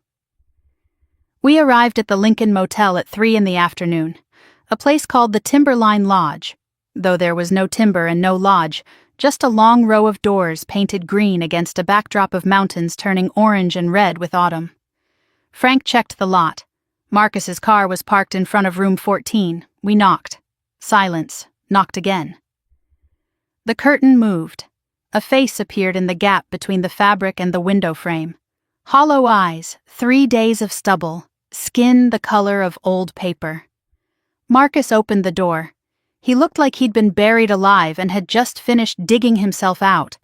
But the backpack was there, sitting on the bed behind him. And inside it, visible through the half-open zipper, was a black hard drive case. Marcus talked fast, the way people do when they've been alone with fear for too long and finally have someone to pour it into. The night I'd given him the motel address in Nashua, he'd driven there as planned, checked in, slept badly. 12 hours later, his phone rang. Unknown number. A man's voice, calm, conversational, the kind of voice that doesn't need to raise itself because the words do the work. Mr. Webb, we know where you are. We know what you have. Return it and this ends quietly. Keep it, and we'll make sure you never work again. We'll also make sure the gambling debts become public, including the ones you owe to people who don't go through courts. Marcus panicked, threw his things in the car, ditched his phone at a rest stop in Manchester, bought a prepaid from a gas station, and drove north until the towns got small enough to disappear in. I know I should have called you, he said, his hands wrapped around a paper cup of vending machine coffee that had gone cold an hour ago. I just couldn't think. All I could hear was that voice. Did you recognize it? No, but he knew exactly what was on the hard drive. He listed specific file names. Whoever called me had seen the contents. Which meant Daniel's people knew the hard drive existed, and knew at least some of what was on it. The clock was real. Friday wasn't arbitrary. It was the deadline Daniel had set for damage control. I took the hard drive and set up my laptop on the motel's small desk, disconnected from the internet, no Wi-Fi, no Bluetooth, air-gapped the way I'd been trained to handle potentially compromised data. Frank stood by the window watching the parking lot. Marcus sat on the bed, chewing his thumbnail down to the skin. I plugged in the drive and opened it. The file structure was organized the way a meticulous criminal organizes evidence of his own crimes, by date, by project, by target. 18 months of emails between Daniel Moretti, Victor Hale, and multiple recipients using coded aliases. The language was corporate on the surface, but the content was espionage. Discussions about acquiring technical assets from 3 different defense contractors. Schedules for extraction windows when security protocols were weakest. Payments to insiders routed through cryptocurrency and offshore accounts in Cyprus and the Caymans.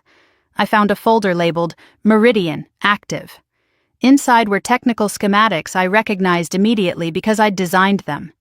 The encryption architecture for Project Sentinel, the classified system I'd spent 3 years building for the Department of Defense. My work, copied, annotated, and packaged for sale.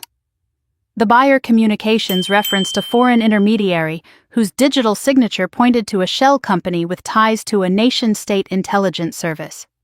This wasn't corporate theft. This was selling classified American defense technology to a foreign government. My hands went still on the keyboard. The thing I was most proud of, the system I'd poured 3 years of my life into, the work that I believed was protecting people, had been stolen from under me and turned into merchandise.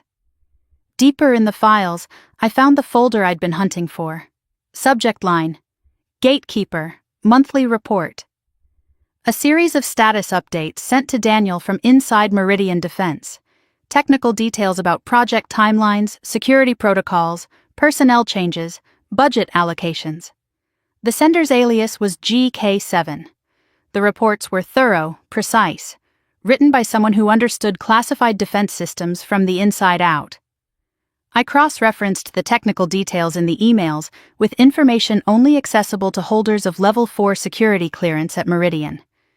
There were 6 people in the entire company with that clearance. I was one. The CEO and CTO rarely engaged with project-level details. The 2 division directors oversaw different programs. That left one person whose access, schedule, and technical vocabulary matched the GK7 reports line by line. Howard Langford, my supervisor, my mentor, the man who'd recommended me for the Project Sentinel team, the man who'd encouraged me to attend the charity gala where I met Daniel, the man who'd talked me out of leaving Meridian when 2 other companies tried to recruit me, saying, "Meridian needs you, Kayla. You're irreplaceable here." I pulled up the specific emails. The writing style was Howard's, the same cadence, the same tendency to use semicolons where other people used periods, the same habit of starting paragraphs with regarding and per our discussion. One email dated 18 months ago read, "Asset is fully integrated. Access to Project Sentinel encryption architecture is complete. Recommend accelerating timeline. Asset's engagement to M is stabilizing her routine, making extraction predictable." Asset. That was me. Fully integrated meant I was in position. Engagement to M, Daniel Moretti, was keeping me stable and predictable, easier to steal from. Howard had written about me the way an engineer writes about a component in a system. No name, no humanity, just function. Every late-night pep talk, every promotion recommendation, every "you're the best engineer I've ever managed" was a calibration. He wasn't building my career. He was building a pipeline, and I was the pipe. I thought back further, and the memories reshuffled themselves like cards being dealt into a new hand. Howard suggested I attend the charity gala. "Good networking, Kayla. You deserve a night out." Howard encouraged me to accept Daniel's first dinner invitation. "He seems like a solid guy. Don't overthink it. You deserve to be happy." Howard recommended me for the exact project that made me valuable as a target. Every nudge, every smile, every moment of supposed mentorship was a man positioning an asset for extraction. Frank was watching my face. He'd been doing this work long enough to recognize the expression of someone discovering that the ground they've been standing on is hollow. "What did you find?" he asked. I turned the laptop toward him. He read the emails, leaned back, exhaled through his nose. "Your boss." "My mentor," I corrected. The person I trusted more than anyone at that company. He fed me to Daniel. Every step of the way, he fed me to him. Frank didn't say he was sorry. He didn't say it would be okay. He said, "Keep going. There's more on that drive and we're burning daylight." There was more. A separate folder deeper in the file structure labeled Legacy Operations. Older files. Archived emails from 4 years ago. The Natalie Chen operation. I opened them expecting to see Daniel and Victor Hale. They were there, but so was a name I was not prepared for. V. Bennett. My sister was CC'd on 12 emails related to the Natalie Chen operation. Not as a passive observer receiving courtesy copies. She authored 3 of them. One email, dated 4 years ago from Vanessa to Daniel, read, "NC is becoming suspicious. She's asking questions about data access and has started changing her passwords more frequently. I suggest we accelerate the separation protocol before she builds a case. I've already identified a replacement candidate at Meridian Defense. My sister, Kayla Bennett.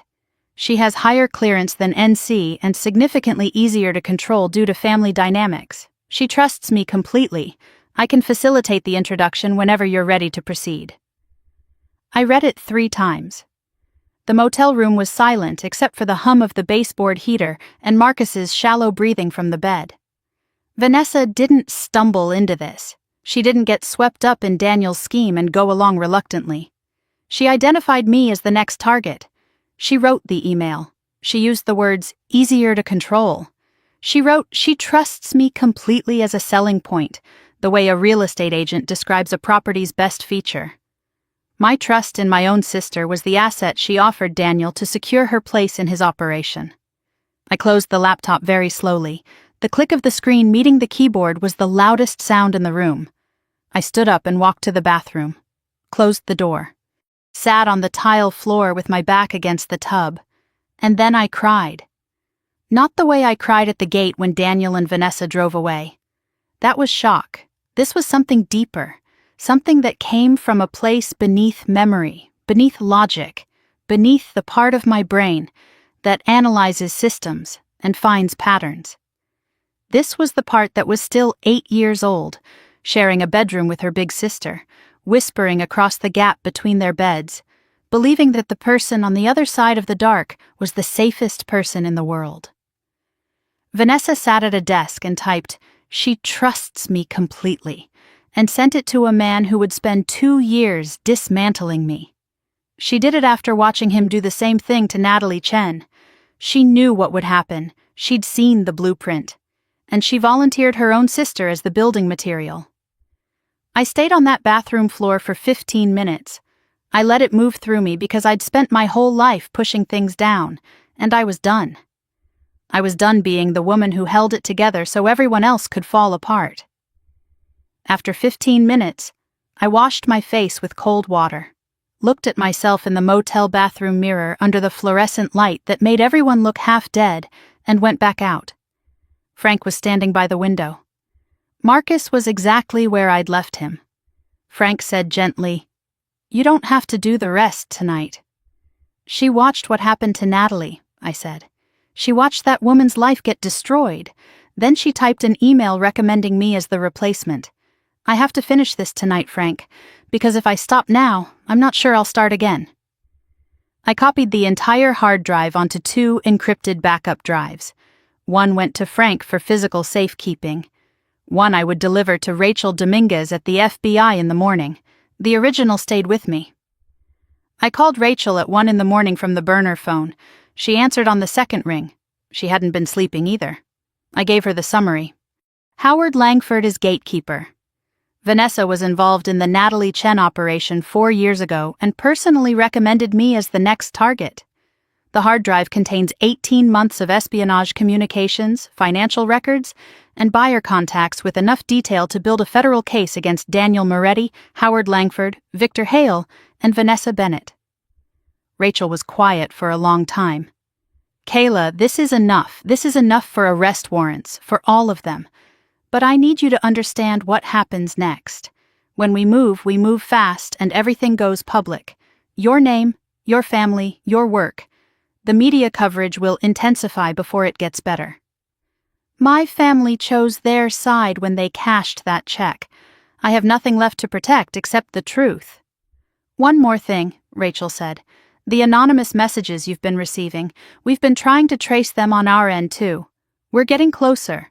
Whoever's sending them is inside Moretti's organization and they want him to fall as badly as you do." "Or they want me to think that," Rachel almost laughed. "Fair point. Stay sharp, Ms. Bennett." I hung up and looked at the hard drive sitting on the motel desk. Everything I needed was on that device. Every lie, every scheme, every betrayal mapped out in cold corporate language. Howard's monthly reports, Vanessa's recruitment email, Daniel's buyer communications, the architecture of an operation that had consumed 2 women's lives and was reaching for a third. 2 days until Friday. 2 days until Daniel planned to disappear. 48 hours to make sure that when the walls came down, they buried everyone who deserved it. starting with my sister. Daniel Moretti called me on Thursday evening, one day before the anonymous sender's Friday deadline, using a number I didn't recognize. I almost didn't answer. I'd been screening every call for weeks, letting unknown numbers go to voicemail, listening to the recordings with the volume low in case they contained threats I didn't want Megan to overhear. But something made me pick up. Maybe instinct. Maybe the part of me that knew this call was coming the way you know a storm is coming when the air changes pressure. Kayla. His voice was the same, warm, controlled, the voice that had told me I was extraordinary, that had whispered against my hair at night, that had proposed to me on one knee while a string quartet played, and I cried because I thought I'd finally been chosen. I'd like to meet with you. Just the two of us. No lawyers, no theatrics. I think we can resolve this situation like rational adults. Every cell in my body said no. But I called Rachel Dominguez before I called my instincts. Rachel said yes. She said it fast, which told me the FBI had been waiting for Daniel to make contact.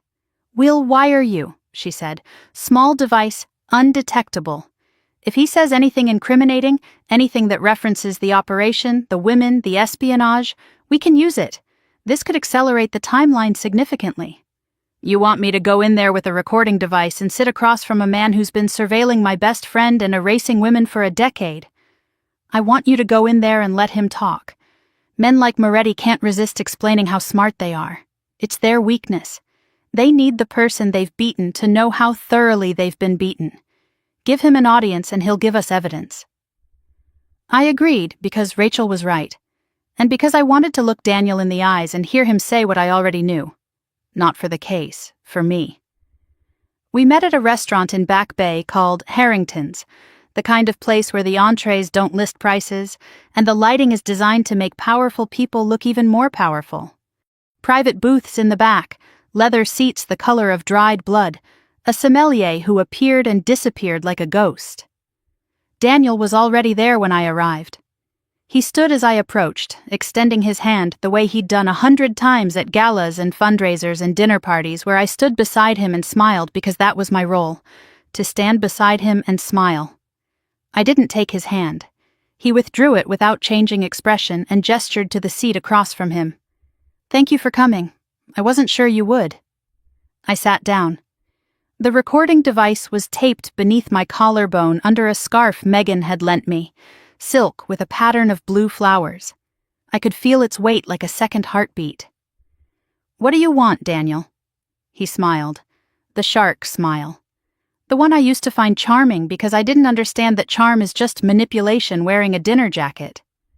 "Straight to business. I always liked that about you, Kayla. You never wasted time on pretense."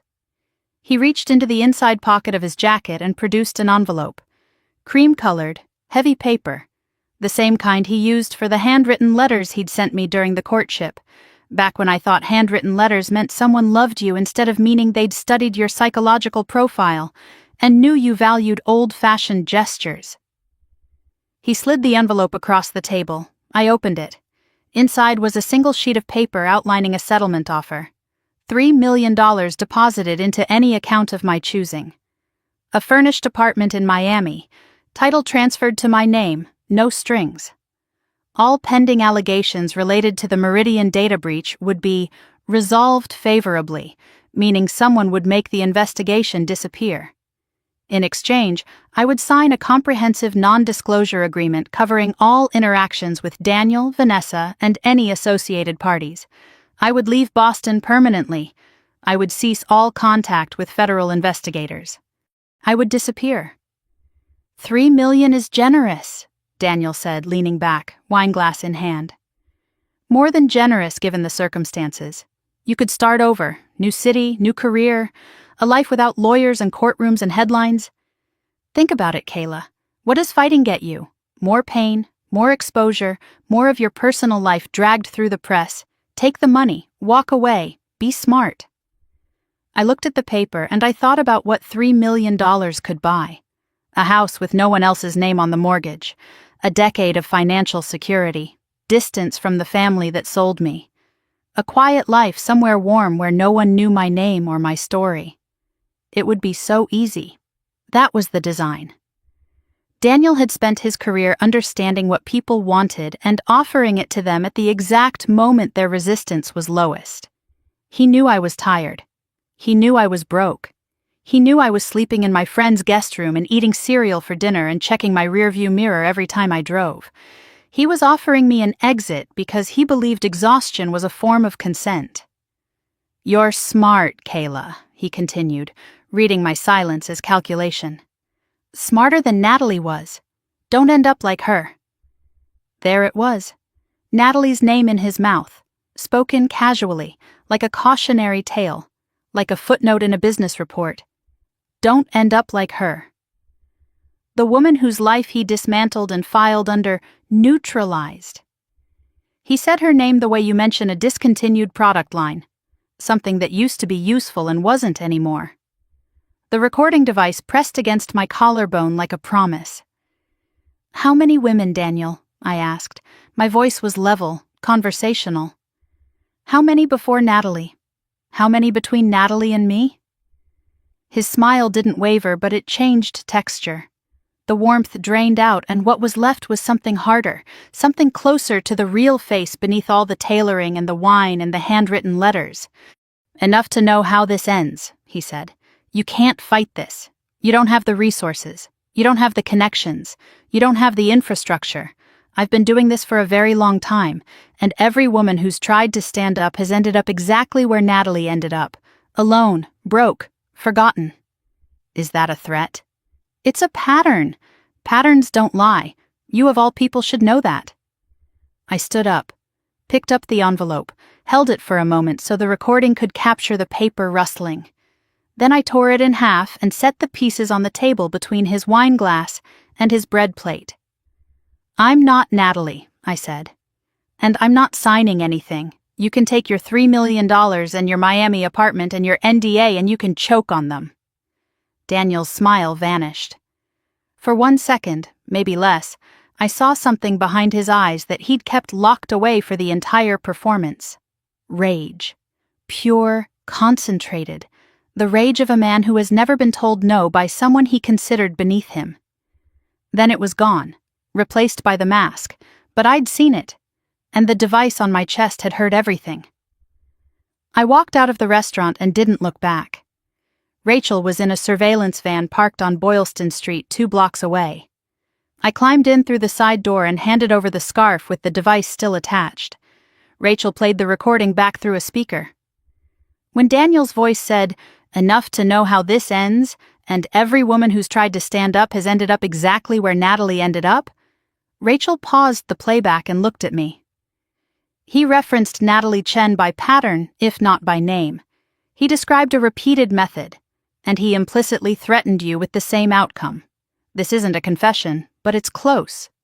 Combined with the hard drive evidence and Marcus's testimony, it paints a picture that no jury will misread. I nodded. I felt hollow. Not defeated, just emptied, the way a room feels after you've moved all the furniture out and can finally hear the echo. What happens now?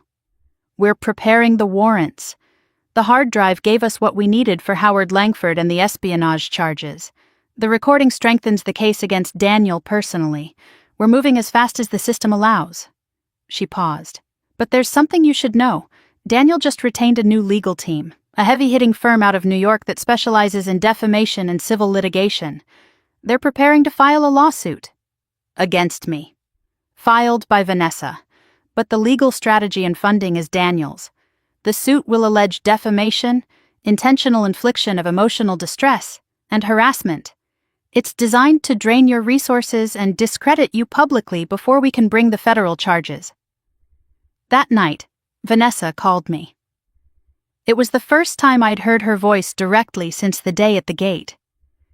I was sitting on Megan's couch with a bowl of soup going cold on the coffee table, and my laptop open to a page I wasn't reading. Her name didn't appear on the caller ID, just a number. But I knew it was her the moment I heard breathing on the other end, the particular rhythm of someone who has something to say and no idea how to begin. "Kayla." She said my name like she was testing whether it still worked in her mouth. "What do you want, Vanessa?" I need you to listen to me. Take the money. Whatever Daniel offered you, take it and leave Boston. You don't understand how dangerous he is." I almost laughed. I don't understand? Vanessa, I've spent the last 3 weeks understanding exactly how dangerous he is while you helped him do it. I know what you think of me. I know what you found.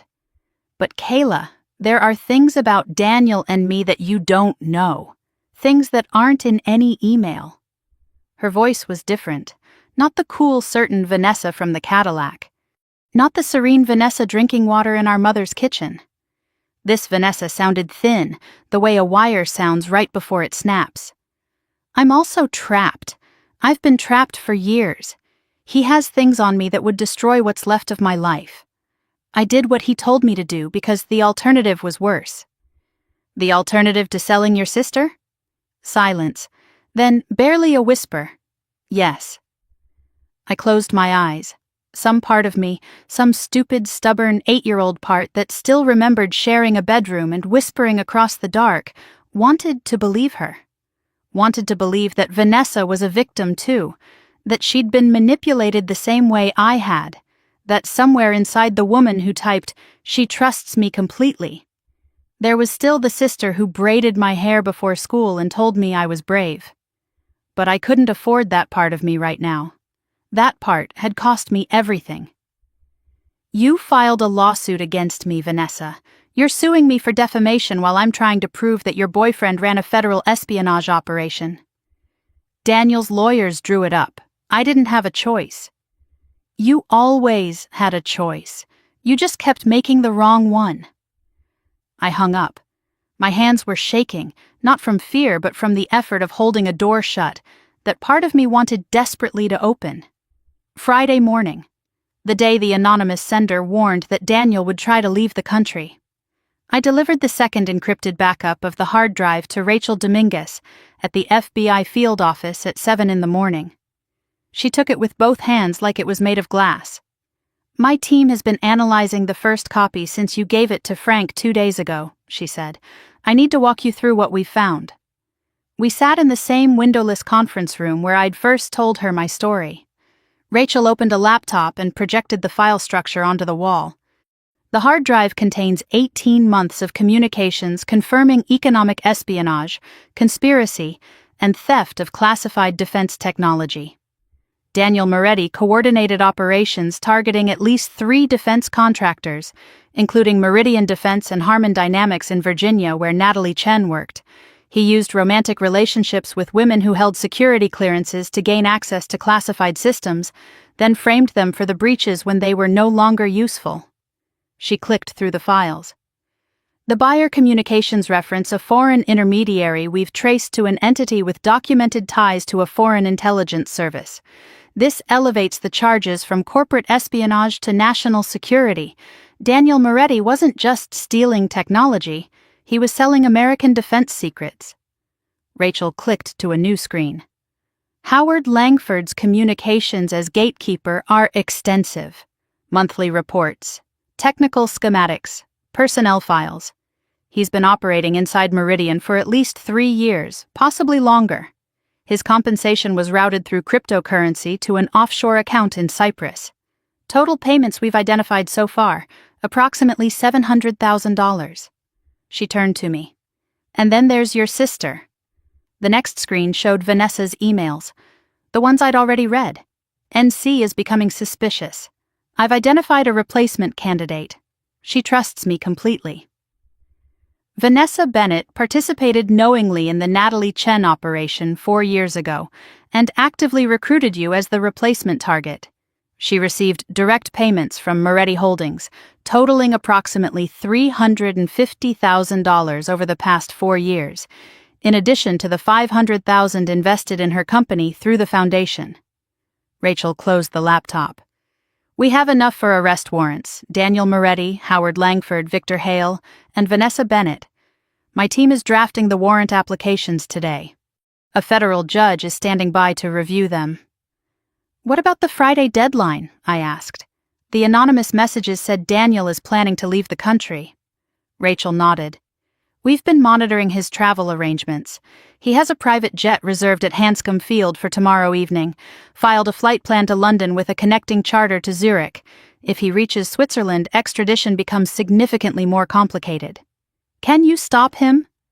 We've requested a travel hold through the federal court. It should be in place by end of business today. His passport will be flagged, but until the warrants are signed and executed, he's technically still a free man. We're moving fast, but the legal process has its own speed. What do you need from me? Right now, I need you to prepare for what happens when the warrants are executed. If Daniel's lawyers are filing a civil suit through Vanessa, that proceeding will likely be underway when we move. It's going to be very public and very ugly. You need a lawyer for the civil case. I can't afford a lawyer. I know, but I have a name, Teresa Kwong, civil rights attorney. She's handled cases involving corporate retaliation and abuse of legal process. She sometimes takes pro bono cases that align with her advocacy work. I've already made a call. She's expecting to hear from you. I called Teresa Kwong from the FBI parking lot. She answered on the first ring, which told me Rachel hadn't just made a call. She'd made a case. Teresa's voice was calm and precise, the kind of calm that comes from years of walking into courtrooms where the other side had more money, more lawyers, and more power, and winning anyway. Ms. Bennett, Agent Dominguez briefed me on your situation. I've reviewed the publicly available information and I'd like to help. Pro bono. No strings. Why? Because I've seen this pattern before, powerful men using civil litigation to silence the women they've harmed. Defamation suits, restraining orders, harassment claims. They weaponize the legal system and most victims can't afford to fight back, so the suits succeed by default. I don't let that happen when I can help it. We met that afternoon at a coffee shop in Chinatown. Teresa was in her 40s, small, with sharp eyes behind wire-framed glasses, and a handshake that could crack a walnut. She'd reviewed the defamation complaint Vanessa's lawyers had filed. It's boilerplate intimidation, Teresa said, flipping through the document. They're alleging that you made defamatory statements about Vanessa and Daniel to third parties, including federal investigators. They're claiming emotional distress. They want a restraining order and $2 million in damages. Can they win? Not if we have the evidence you say we have.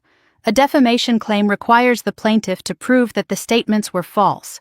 If what you told the FBI is true, and the hard drive confirms it, then truth is an absolute defense. But here's the thing, Kayla. They don't need to win. They just need to get you into a courtroom, tie you up in depositions and motions and hearings, drain your energy, and make you look like the aggressor while Vanessa plays the victim. The lawsuit isn't about justice. It's a performance. So what do we do? Teresa smiled. It wasn't warm.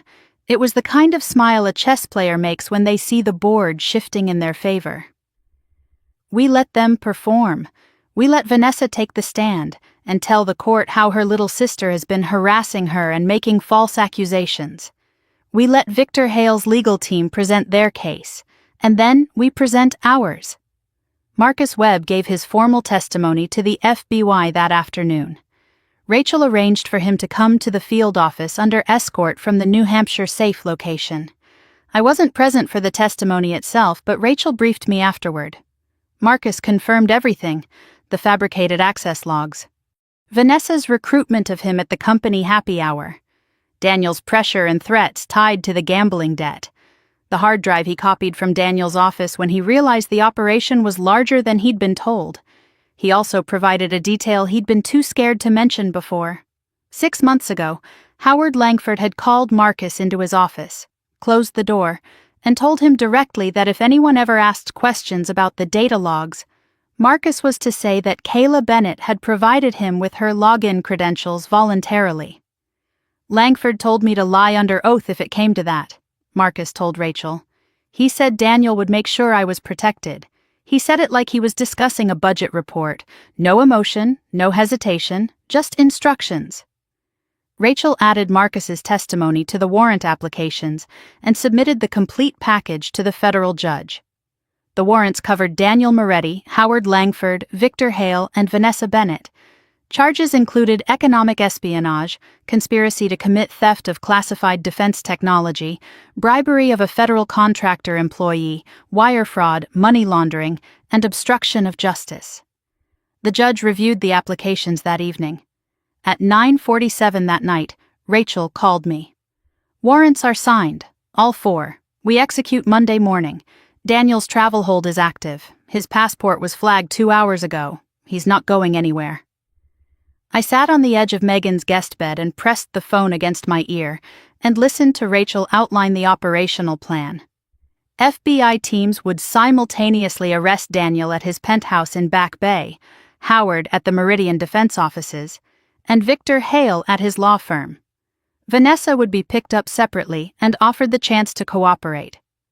"The civil hearing on Vanessa's defamation suit is scheduled for Monday afternoon," Rachel said. "We're timing the arrests to coincide.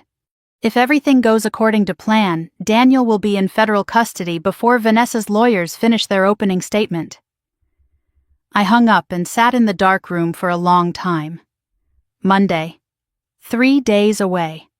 After weeks of running, digging, hiding, crying on motel bathroom floors and eating cereal at midnight and watching my life collapse one pillar at a time, the machinery of justice was finally turning. Not because the system worked on its own. It didn't. The system had failed Natalie Chen completely 4 years ago. The system had suspended me from my job, let a corrupt judge's friend file a restraining order, allowed a media hit piece to paint me as unstable. The system hadn't saved me. I'd crawled inside it and rewired it from the inside, the way I'd rewired encryption systems my entire career. I found the vulnerabilities. I traced the connections. I built the case the system needed but couldn't build for itself. My burner phone buzzed. One last anonymous message. Same number, short this time, just 4 words. "Monday, be in court." I stared at the screen. The anonymous sender knew about the warrants. They knew about the timing. They knew I'd be in the courtroom when it happened.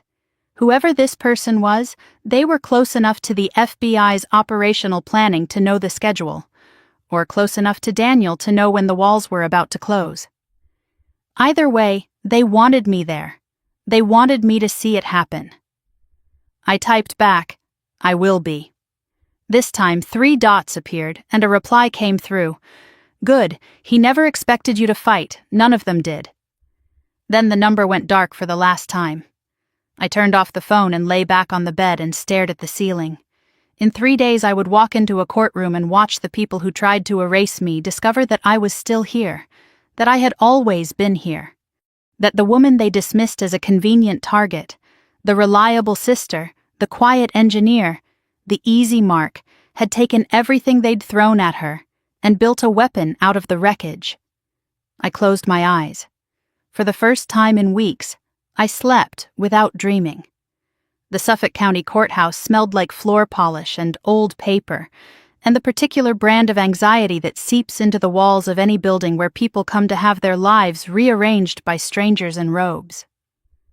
I arrived at 8:15 on Monday morning wearing a navy blazer I'd bought at a consignment shop in Cambridge the day before, because every piece of professional clothing I owned was either locked in an apartment I could no longer access, or hanging in a closet that had been emptied by my sister's hands. Teresa Kwong met me in the lobby. She was carrying a single leather briefcase that looked like it had survived more courtrooms than most lawyers would see in a lifetime. "How are you feeling?" she asked. "Like I'm about to walk into a room full of people who want to destroy me, and the only thing standing between me and them is the truth and a folder full of evidence." Teresa adjusted her glasses. "That's exactly right. And in my experience, that's usually enough." We took the elevator to the 4th floor. Courtroom 412, Judge Raymond Morrison presiding. The hallway outside was already crowded. I recognized Victor Hale immediately. He stood near the courtroom door in a charcoal suit that probably cost more than Teresa's entire wardrobe, talking in low tones with 2 junior attorneys who nodded at everything he said like they were being paid by the nod. Behind him, seated on a wooden bench against the wall, were my parents. My mother saw me first. Diane Bennett was wearing the blue dress she reserved for church and funerals, which told me she understood that today was one or the other. Her eyes found mine across the hallway, and for a moment she looked like she wanted to stand, to come toward me, to say something that would bridge the distance between us. Then my father put his hand on her knee, a small, firm gesture that said, "Stay." And she looked away. Richard Bennett stared straight ahead, jaw set, arms crossed. He was there for Vanessa. He'd chosen his side and he was sitting in it. I walked past them without stopping. Teresa held the courtroom door open for me and we entered together. The room was large, high-ceilinged, with rows of gallery seating that were already half full. Media was present. I recognized 2 reporters from the Globe and a woman with a camera bag from Channel 5. The defamation suit Vanessa had filed had drawn attention because it involved a billionaire's name, a sister's feud, and the word espionage in the public filings. It was the kind of story that sold clicks, and everyone wanted a front-row seat to my humiliation. Vanessa was already seated at the plaintiff's table. She looked perfect, hair smoothed into a low chignon, cream blouse, pearl stud earrings, not my grandmother's pearls. She must have been advised to leave those at home. Minimal makeup that somehow made her look more fragile, more sympathetic, more like a woman who had been wronged by a troubled sister rather than a woman who had written, "She trusts me completely," in an email recommending that sister for exploitation. Beside her sat 2 attorneys from the New York firm Daniel had retained. They were sleek and silent, the kind of lawyers who bill by the breath, and behind her in the first row of the gallery sat Daniel Moretti. He wore a dark suit with no tie, the top button of his shirt undone in a way that was calculated to look casual rather than careless. His posture said he owned the room. His presence said that even though the lawsuit was filed in Vanessa's name, everyone knew whose money was paying for it and whose interests it served. He was here to watch me lose, to sit in the gallery and observe the final phase of my erasure with the same quiet satisfaction he'd shown when I watched him eat pot roast with my family through the dining room window. I sat down at the defendant's table. Teresa arranged her files with the calm efficiency of a surgeon laying out instruments. "Remember," she said without looking up, "they're going to try to make you emotional. They want tears or anger, something the gallery can photograph and the reporters can describe. Don't give them either. Be clear, be factual, and when it's our turn, let me drive." Judge Morrison entered. Late 50s, silver hair, wire-rimmed glasses, the bearing of a man who had been doing this long enough to be tired of theatrics but not long enough to be cynical about justice. He called the case.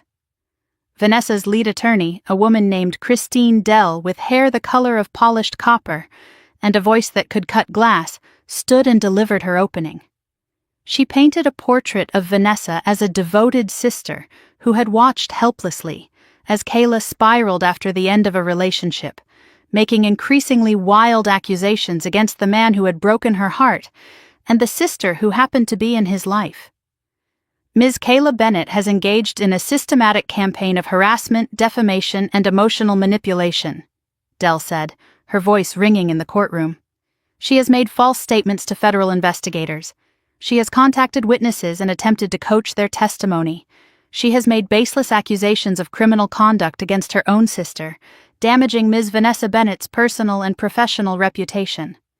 We are here today to seek a protective order and compensatory damages for the harm Ms. Kayla Bennett has inflicted. It was a masterpiece of inversion. Every true thing I had done, contacting the FBI, gathering evidence, finding witnesses, was reframed as harassment. Every lie they had told was presented as the truth I was trying to destroy. Teresa's opening was shorter. She stood, placed one hand on the table, and spoke directly to Judge Morrison without notes. "Your Honor, my client is a cybersecurity engineer who was framed for a federal crime by her ex-fiancé and her own sister. Every action she has taken since being wrongfully suspended from her position has been in pursuit of truth and in cooperation with federal law enforcement. The plaintiff's claims are not only without merit, they are part of a documented pattern of using civil litigation to silence victims of corporate espionage. We intend to prove this."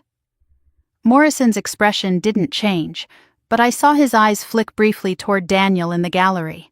A judge who'd been on the bench for decades could smell money influencing a courtroom the way a mechanic can smell a leaking engine. Victor Hale's team called me to the stand first. It was Christine Dell who conducted the examination, and she was good, surgically good.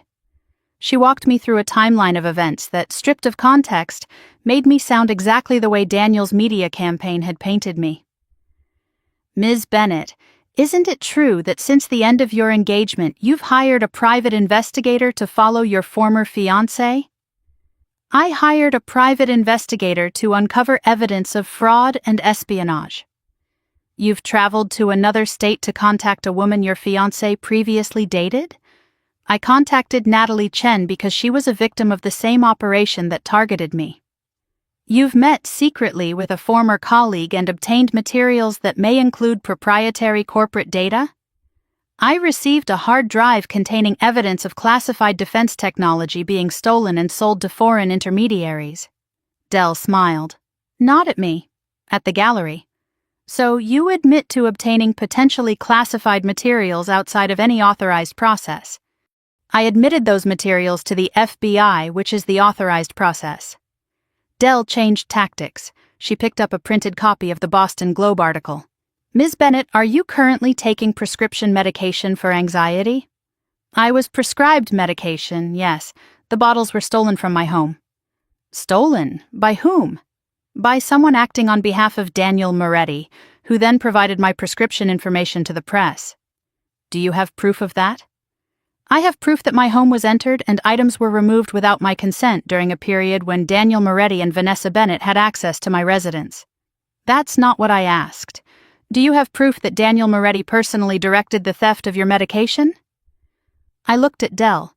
She was good. She was trying to isolate each piece of my story and make it sound paranoid when removed from the chain. One crazy-sounding claim at a time, until the jury of public opinion saw a pattern of instability instead of a pattern of persecution. No single piece of evidence proves everything on its own, I said. But the full body of evidence, which is currently in the possession of the FBI, demonstrates a coordinated campaign to frame me, discredit me, and destroy my career. Teresa stood for the cross. She called Natalie Chen to the stand. The courtroom shifted. People leaned forward. Even Morrison tilted his head slightly, the way people do when the story they thought they were hearing changes key. Natalie walked to the witness box in a dark suit she'd bought for the occasion, her hand steady, her voice clear. She'd spent 4 years being the woman nobody believed. Today, for the first time, someone was asking her to tell her story under oath. Dr. Chen, Teresa said, will you please describe your relationship with a man you knew as David Moran? Natalie described it. The courtship, the charm, the proposals, the access to her work, the framing. The identical access logs showing her credentials used during off hours from locations she'd never been. The firing, the destroyed career, the apartment break-in, the note on her kitchen counter. Victor Hale rose to object 3 times. Morrison overruled him 3 times, each time with less patience. When Natalie described the email from Hale's own firm that referred to her as subject neutralized, the courtroom went silent. Not quiet, silent. The kind of silence that has weight and texture and fills a room like water rising. Dell tried to recover. She challenged Natalie's credibility, her memory, her motives. Natalie answered every question with the flat precision of a woman who had rehearsed these answers in her own head every night for 4 years, not for a courtroom but for the imaginary audience of people who might someday believe her. Dr. Chen, isn't it possible that you're simply a disgruntled former employee seeking to blame someone else for your own professional failures? Teresa objected. Morrison sustained it immediately. Counsel, you will treat this witness with respect. Dell sat down. Morrison looked at Teresa. Do you have additional witnesses? Teresa stood. Your Honor, we had planned to call 1 additional witness. However, I believe the court may want to accommodate a new development. She looked toward the back of the courtroom. I followed her gaze, and the back door of courtroom 412 opened. Rachel Dominguez walked in, flanked by 4 federal agents in dark suits. They moved with the controlled urgency of people who have rehearsed a moment and are now executing it with the precision of a military operation. Rachel carried a folder in her left hand. Her badge was visible on her belt. She walked down the center aisle and stopped halfway between the gallery and the bench. "Your Honor, I'm Special Agent Rachel Dominguez, FBI Counterintelligence Division. I apologize for the interruption. We have federal arrest warrants for Daniel Moretti, present in this courtroom, on charges of economic espionage, conspiracy to commit theft of classified defense technology, bribery of a federal contractor employee, money laundering, and wire fraud." The room didn't erupt. It cracked, like a pane of glass hit by a stone, the fracture spreading outward in every direction at once. Victor Hale was on his feet, his face the color of ash. "This is outrageous. You cannot arrest a man in the middle of a civil proceeding. This is a violation of—" Rachel did not look at him. She nodded to 2 of the agents, who walked toward Daniel. He stood slowly, the way a man stands when he refuses to believe the ground is moving beneath him. He adjusted his cuffs. He buttoned his jacket. The last gestures of a man who had controlled every room he'd ever entered, performed now in a room he had just lost. The agents reached him. One said, "Mr. Moretti, please turn around." Daniel turned. The handcuffs clicked. The sound was small and metallic and final. He did not look at Vanessa, not once. He walked past her table, past the woman he'd used as a recruiter and a weapon and a shield, and he did not turn his head a single degree in her direction.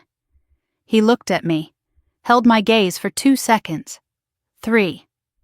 Then one of the agents put a hand on his shoulder and guided him toward the side exit, and Daniel Moretti walked out of the courtroom and out of my life. Vanessa sat at the plaintiff's table and did not move. Her lawyers were already packing their briefcases. One of them leaned down and whispered something in her ear, and she shook her head, slowly, like a woman hearing a diagnosis she'd been expecting but hadn't truly believed. Her legal team left without speaking to her. They walked out through the gallery doors and disappeared into the hallway, and Vanessa sat alone at a table designed for 3, her hands flat on the wood surface, staring at the place where Daniel had been sitting 30 seconds ago. Rachel announced that additional arrest warrants were being executed simultaneously. Howard Langford was being taken into custody at Meridian Defense Headquarters. A search warrant was being executed at Moretti Holdings in the Financial District. Victor Hale was to appear before a federal grand jury within 48 hours. Hale sat down in his chair like someone had cut his strings. The man who had spent his career making problems vanish was watching himself become the problem. Judge Morrison, to his credit, recovered quickly. He declared the civil case suspended indefinitely pending the resolution of federal proceedings. The defamation suit was effectively dead. Vanessa's claim that I had harassed and defamed her had just been overtaken by federal arrest warrants, confirming that everything I'd said was true. Teresa leaned over and whispered, "The civil case is over, Kayla." I shook my head. "The case is over, but this isn't done." Rachel approached Vanessa at the plaintiff's table. Her voice was low, professional, almost gentle. "Ms. Bennett, I need you to come with me. We have questions. You're not under arrest at this time, but I strongly recommend full cooperation." Vanessa looked up. Her eyes found mine across the courtroom. For the first time since the Cadillac, she did not look certain. She did not look cold. She did not look like the woman who drank water in our mother's kitchen while casually informing me that I should be grateful for a lifetime of servitude. She looked like someone standing on a bridge and realizing, too late, that the structure beneath her feet was never solid. She stood, smoothed her skirt, muscle memory. The performance of composure by a body that had been performing it for so long it didn't know how to stop. She walked toward the side exit where Rachel waited. As she passed my table, she stopped. 3 feet between us. She opened her mouth, closed it, opened it again. I didn't think it would go this far. I looked at my sister, the woman who had braided my hair before school, the woman who had typed, "She trusts me completely," and sent it to a man who would spend 2 years taking me apart. You recommended me as a target, I said. You typed the email. You used the words, "She trusts me completely." You knew exactly how far it would go. Vanessa's eyes filled. She did not speak. Rachel took her arm, gently, and led her through the side door. It closed behind them with a mechanical click that sounded like the last page of something being turned. The courtroom emptied slowly around me. Media rushed for the exits, phones already out, filing stories before they reached the hallway. Victor Hale's junior attorneys scattered like pigeons. Teresa packed her briefcase with the unhurried precision of a woman who had just won a fight she'd been preparing for since the first phone call. And in the gallery, 2 rows from the back, my parents sat perfectly still. My father's arms had uncrossed. They hung at his sides like they'd forgotten their purpose. My mother was staring at the side door through which Vanessa had been led away, her mouth slightly open, her eyes seeing something that was not in the room. They looked like people watching their house burn from across the street, close enough to feel the heat, but too far away to save anything inside. I gathered my things and walked past them. My mother's hand twitched, reaching toward the aisle as I passed, but she didn't speak, and I didn't stop. In the hallway, I leaned against the wall and breathed. The marble was cool against my back. Teresa found me there. "The FBI wants to bring you in for a debrief. But first, there's something you should know. Rachel arranged for you to observe Vanessa's interrogation through a one-way mirror. She thinks you should hear what your sister has to say." "When?" "Now." The FBI field office was 20 minutes from the courthouse. Rachel met us at the entrance and led us through security, down the fluorescent hallway I was beginning to know by heart, past the windowless conference room where I'd first laid out my evidence, to a door marked Observation. Inside was a narrow room with a single window of one-way glass, 2 chairs, and a speaker mounted on the wall that transmitted sound from the interrogation room on the other side. Frank DeLuca was already there. He nodded at me once and said nothing. Through the glass, Vanessa sat at a metal table under fluorescent lights that turned her skin the color of old wax. Rachel sat across from her. A second agent stood by the door.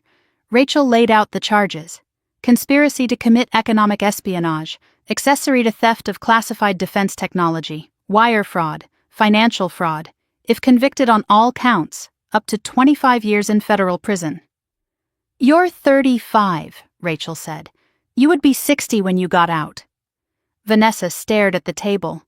Her hands were wrapped around a paper cup of water that she hadn't touched. Rachel offered the alternative: full cooperation, testimony against Daniel Moretti, complete documentation of her involvement and knowledge, a reduced charge, conspiracy and fraud, 8 to 12 years with the possibility of parole after 6. And then Vanessa started talking.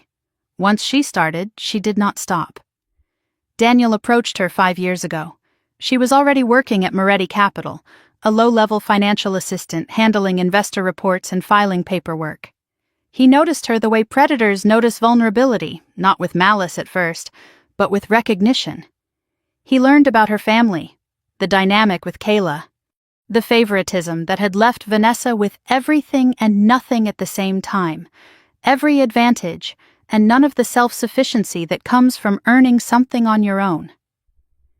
He learned about the debt she'd accumulated through failed business ventures she hid from her parents, the loans she'd defaulted on, the credit cards maxed out on a lifestyle she couldn't sustain but couldn't surrender, because surrender meant admitting that the golden child was hollow.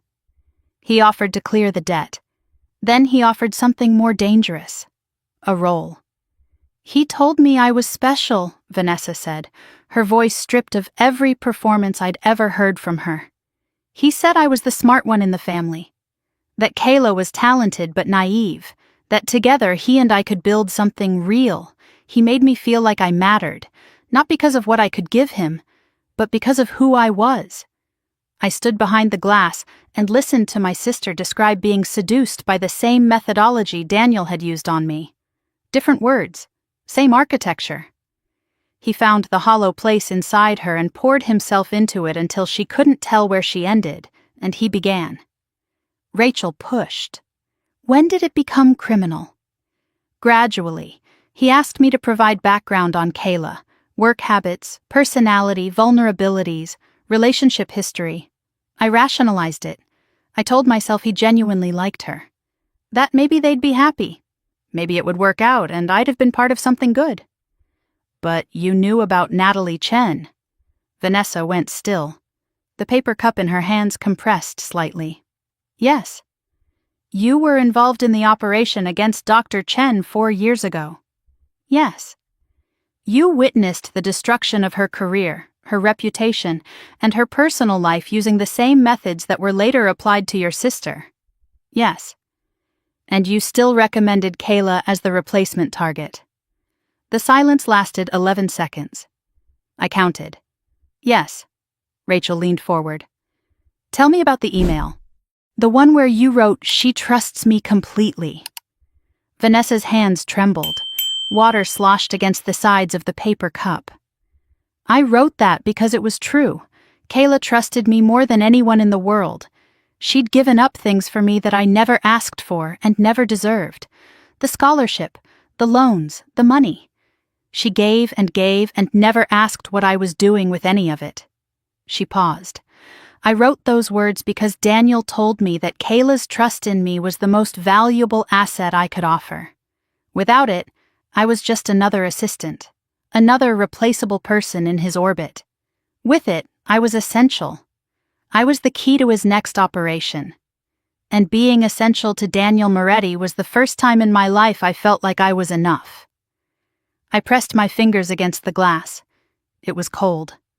On the other side, my sister was describing the moment she decided to trade me for the feeling of being important.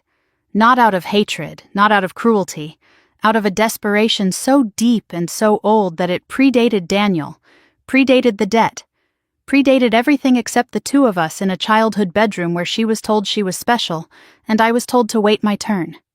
She betrayed me because my trust was the only currency she had, and she spent it because spending it made her feel rich. Behind me, Frank shifted in his chair. Teresa stood motionless by the wall. I said quietly, to no one in particular, she hated me for being stronger than her. But she never understood that I was only strong because I had to be, because no one in that family ever protected me. I built my own walls because she and my parents never gave me a door. That evening, after the debrief, after Teresa filed a motion to dismiss the defamation suit, after Rachel confirmed that Daniel was in federal holding, and Howard Langford had been arrested at his desk at Meridian with his coffee still warm, I drove back to Megan's apartment. My phone had 17 missed calls, 14 from media. 2 from numbers I didn't recognize, 1 from my father. I sat in the car and listened to his voicemail. Richard Bennett's voice was a sound I had known my entire life, the deep baritone that called us down for dinner, that read the newspaper aloud on Sunday mornings, that told me to think about the family every time I considered thinking about myself. But the voice on the recording was different. It was cracked, not angry, not commanding, broken.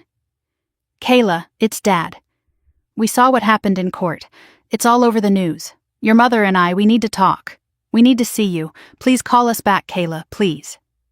He said, please. I replayed it to make sure I'd heard correctly. Richard Bennett said please to me. In 32 years, through every sacrifice, every yielded scholarship, every co-signed loan, every holiday where I sat at the kids' table so Vanessa's friends could have my chair, my father had never once used that word with me. He was using it now because the cameras were rolling and the FBI had walked into a courtroom and the world had just seen what the Bennett family really was. Whether it was remorse or reputation management, I couldn't tell. And I realized, sitting in that car with his voice still echoing from the speaker, that I didn't care which one it was. Not today. I did not call back. I drove past Newton on my way home. I didn't plan to. The route from the FBI office to Megan's apartment didn't go through Newton, but my hands turned the wheel without consulting my brain, and suddenly I was on Walnut Street, and my parents' house was ahead on the right. The lights were on, every window. The American flag hung limp on the porch in the still November air. Through the living room window I could see movement. My mother pacing. My father in his armchair with his head in his hands, a posture I had never seen him assume in my life. Richard Bennett did not put his head in his hands.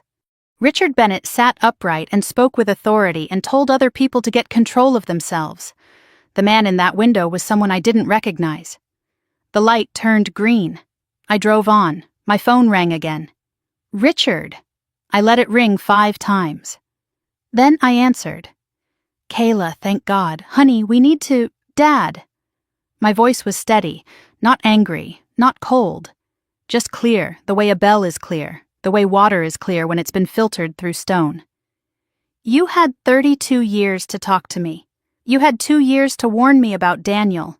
You had 6 months to tell me you took his money. You chose silence every single time because silence was easy and I was convenient. Now it's my turn to choose silence. When I'm ready, I'll call you. Until then, don't. I hung up. I did not turn the phone off. I just set it on the passenger seat and let it be silent on its own terms. Megan was on the couch when I got home, still in her scrubs, her shoes kicked off by the door. The apartment smelled like chamomile tea and the lavender candle she lit when she was stressed. She looked up when I walked in, and I could see that she'd been watching the news, because her eyes had the particular fullness they get when she's trying not to cry on someone else's behalf. I saw it, she said. All of it. I dropped my bag by the door and sat next to her. She poured me a mug of tea from the pot on the coffee table. We sat together in the quiet apartment while the city hummed outside the windows and the last of the autumn light faded behind the Boston skyline. Are you okay? Megan asked. I thought about the question. I mean, really thought about it, not the reflexive I'm fine I'd been dispensing like aspirin my entire life, not the deflection that protected other people from worrying about me, not the performance of stability that had been my role in every relationship I'd ever had. I thought about what okay actually meant and whether I was anywhere near it. For the first time in my life, I said, I don't need someone else to tell me I'm okay in order to believe it. Megan didn't respond with words. She reached over and took my hand. We sat like that on the couch in her small apartment in Brookline, while the city settled into night outside the windows. 2 women holding hands in the kind of silence that doesn't need to be filled because it's already full. Somewhere downtown, Daniel Moretti was in a holding cell. Howard Langford was calling lawyers who would not be able to help him. Victor Hale was staring at a grand jury summons. Vanessa was in a room answering questions she should have answered 5 years ago. And my father was sitting in his armchair in Newton with his head in his hands, learning for the first time what it felt like to call someone and have them choose not to answer. I had spent 32 years building myself into whatever everyone else needed me to be. The reliable one, the quiet one, the one who sacrificed and adjusted and yielded and bent. That woman still lived inside me. She probably always would. But tonight, sitting on a second-hand couch with the only person who had ever chosen me without conditions, I felt something I couldn't name. It wasn't happiness. It wasn't relief. It was something quieter than both. It was the feeling of finally setting down a weight I'd carried so long I'd forgotten it wasn't part of my body. 6 months later, I sat in the gallery of the federal courthouse in Boston and watched the machinery of justice do what it was built to do. I was not required to be there. No subpoena, no legal obligation. I chose to come because I needed to see it end in the same room where it had begun to unravel, because some things you carry in your body until you watch them be set down in front of witnesses, and because I had earned the right to sit in that room and breathe freely while the people who tried to erase me learned the weight of what they'd done. I wore a navy blazer I'd bought at a store in the Back Bay the week before, paid for with my own money, chosen by my own hand, in a size I didn't have to justify to anyone. It was a small thing. But after a year of wearing borrowed clothes and sleeping in borrowed rooms and eating meals I hadn't chosen because choosing felt like a luxury I no longer deserved, putting on a jacket I'd picked for myself felt like planting a flag on reclaimed ground. Daniel Moretti was sentenced first. He stood in an orange jumpsuit with his wrists cuffed in front of him, and the distance between that image and the man in the charcoal suit who had proposed to me at the Liberty Hotel was so vast that my brain kept trying to reconcile the two and failing. The judge read the charges: economic espionage, conspiracy to commit theft of classified defense technology, bribery of a federal contractor employee, wire fraud, money laundering. Daniel's legal team had fought for 18 months. Pretrial motions, procedural challenges, appeals to suppress evidence, attempts to discredit witnesses. None of it worked. The hard drive was too thorough. Marcus's testimony was too specific. Howard's confession, extracted piece by piece over months of interrogation, filled in the gaps the digital evidence left behind. And Vanessa's cooperation, reluctant and painful and incomplete as it was, provided the human narrative that made the data tell a story a jury could understand. Sentence: 20 years in federal prison. No possibility of parole for 12. Daniel did not react when the number was read. His face remained the mask it had always been, the smooth, controlled surface that concealed whatever engine ran beneath it. But as the judge finished speaking, Daniel turned his head and scanned the gallery. His eyes found me. He held my gaze for 3 seconds, and in those 3 seconds I saw exactly what I expected to see. Nothing. No remorse. No rage. No recognition that I was a person who had loved him and been destroyed by him and survived. He looked at me the way he had always looked at me, as a component that had malfunctioned, an asset that had failed to perform as designed. I held his gaze without blinking. I did not look away first. He did. Howard Langford was sentenced next. He had cooperated partially, confirmed his role as gatekeeper, provided details about the data extraction methods and the offshore payment structure. But his cooperation was strategic rather than complete. He withheld information about other operations Daniel had run through other companies, other women, other insiders. The FBI knew there were more, but Howard bargained with what he gave and held back what he thought might buy him leverage later. It didn't. The judge noted his selective honesty with undisguised displeasure. Sentence: 10 years. Howard stood with his shoulders caved inward, staring at the table in front of him, a man who had spent 30 years building a career in defense technology and sold it for cryptocurrency payments that totaled less than his pension would have been. He did not look at anyone in the courtroom. He had already become the thing he feared most: irrelevant. Victor Hale, the fixer. The man who had written "Subject has been neutralized" about Natalie Chen and filed it away like a quarterly report. Disbarred. License revoked by the Massachusetts Board of Bar Overseers following a separate disciplinary proceeding. Convicted of conspiracy, obstruction of justice, and witness tampering related to the Natalie Chen case and the intimidation of Marcus Webb. Sentence: 5 years federal prison plus 3 years supervised release. When the judge read the sentence, Hale's face did not change. He had already emptied. His wife had filed for divorce 2 months earlier. His firm had dissolved. His partners had scattered to other practices, each one distancing themselves from the wreckage with the practiced urgency of people who had always known the foundation was rotten, but preferred the view from the upper floors. Victor Hale had spent his career making problems disappear, and now he was the problem that no one would touch. Vanessa was brought in last. She wore a gray prison uniform, her hair was pulled back. No makeup, no pearl earrings, no cream blouse. She looked 10 years older than the woman who had stepped out of the Cadillac in her sister's wedding dress one October afternoon, and smiled like the world was a room she had just redecorated to her liking. She had pleaded guilty to conspiracy and financial fraud as part of her cooperation agreement. The judge acknowledged her cooperation but noted, with a precision that I felt in my sternum, the specific nature of her role. He read from her own email. The defendant identified her own biological sister as a target for exploitation, using language that demonstrates premeditation, calculation, and a deliberate weaponization of familial trust. Sentence: 12 years, reduced to 8, with the possibility of parole after 6 based on continued cooperation. Vanessa nodded when the number was spoken. She did not cry. She did not look at the gallery. She did not search for me or for our parents.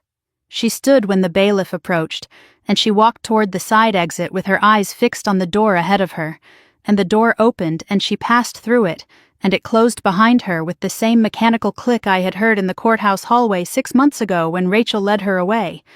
It was the quietest exit in the entire story, and the most final. Marcus Webb's sentencing had happened 2 months earlier in a separate proceeding. His full involuntary cooperation, combined with documented evidence of coercion through his gambling debt and direct threats from Daniel's operatives, resulted in a reduced charge. 2 years probation and community service. No prison time. He sent me a handwritten letter after his hearing, 3 pages in small, careful handwriting that leaned slightly to the left. He apologized for framing me, for being too weak to refuse, for taking months to find the courage that should have come in the first minute. He wrote, "I don't expect you to forgive me. I wouldn't forgive me. But I need you to know that what you did, standing up when no one else would, when I certainly wouldn't, made me understand that silence isn't neutral. Silence is a choice, and I chose wrong for a very long time." I read the letter once, folded it, and placed it in my desk drawer. I did not reply, but I did not throw it away. Natalie Chen's story finally received the correction it had been owed for 4 years. With the federal case complete and the evidence of Daniel's operation fully documented, Natalie's original termination from Harmon Dynamics in Virginia was formally reviewed by the company's board of directors in coordination with the Department of Defense.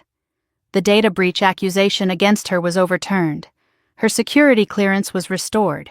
She received a financial settlement whose amount was confidential, but Frank told me over coffee one afternoon that it was enough to make up for 4 years of dental software. Natalie accepted a position as a senior cybersecurity consultant at a private firm in Washington, D.C. She and I talked on the phone every other Wednesday evening. Not about the case, not about Daniel or Victor Hale or the emails that had reduced her to a subject line. We talked about books, about cooking disasters, about terrible television shows that we watched anyway because sometimes your brain needs to chew on something soft after years of swallowing stones. She was the only person who understood certain things about my experience without explanation, and I was the only person who understood hers. That kind of understanding doesn't need words. It just needs someone on the other end of the line who knows what the silence means. Rachel Dominguez told me who sent the anonymous messages over coffee at a diner in the Seaport district, 3 weeks after the sentencing. I'd been carrying the question for months, turning it over in quiet moments the way you turn over a stone in your pocket, feeling its edges, never quite ready to set it down. Elena Vargas, Rachel said. Daniel's former executive assistant at Moretti Holdings. She worked for him for 7 years. Elena had seen everything from the inside. The operations, the women, the money flows, the way Daniel selected targets and cultivated insiders and discarded both when they were no longer useful. She stayed silent for years because she was afraid, because she depended on the salary to pay for her mother's home care, because she understood better than anyone what happened to people who crossed Daniel Moretti. But when I was targeted, when Elena saw the familiar pattern activate for what she knew was at least the 3rd time, something broke inside her that was stronger than fear. She bought a burner phone. She taught herself VPN routing using YouTube tutorials and a second-hand laptop. She sent the messages at night from a parking lot behind her apartment building, timing each one to the events she could see unfolding through Daniel's communications. The first message, the one that warned me on the day I was suspended. The second, directing me to the Moretti Foundation donor list. The third, telling me Marcus was alive and Daniel was planning to flee. Each one a small act of defiance by a woman who had been too afraid to speak for 7 years and finally decided that silence cost more than speaking.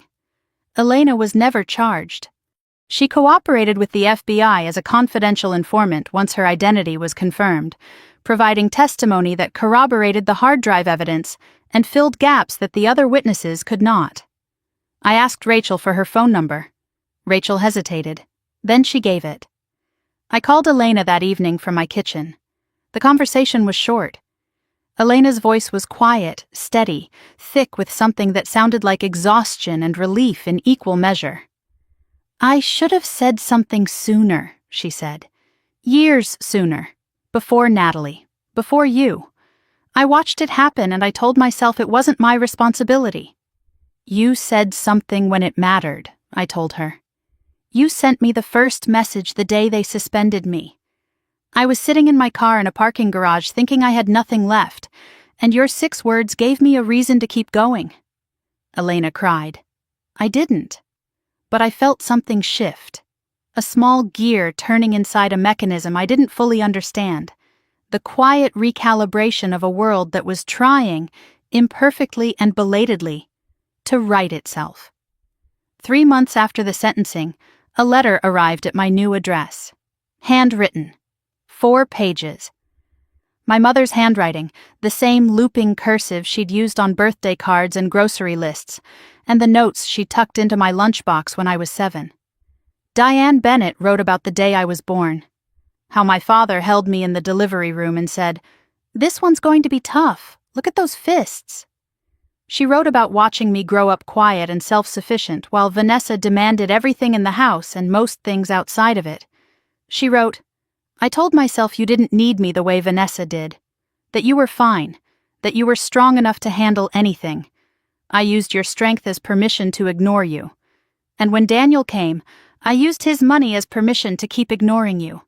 I don't know if you can forgive that. I'm not sure I deserve forgiveness for it. But I need you to know that I see you now. For the first time in your life, I see you. Not as the reliable one, not as the one who adjusts, just Kayla. And I'm sorry. My father included a separate note, shorter, rougher, written on a sheet of yellow legal paper in the blocky print he used for everything because he'd never trusted his own cursive. He did not apologize directly. He wrote, I was wrong about Daniel. I was wrong about Vanessa. I was wrong about you. Your mother says I should tell you I'm proud of you, and she's right. I am. I just don't know how to say it without it sounding like too little too late. The last line. It probably is too late, but I'm saying it anyway. I read both letters at my kitchen table with a cup of coffee that went cold while I sat with the words. I did not call my parents. I folded the letters carefully and placed them in the top drawer of my desk, the same drawer where Marcus's letter sat. I was not ready to forgive. I might never be, but I did not throw the letters away, some doors you don't open yet. But you don't nail them shut either. You leave them closed and you let time decide whether the hinges still work.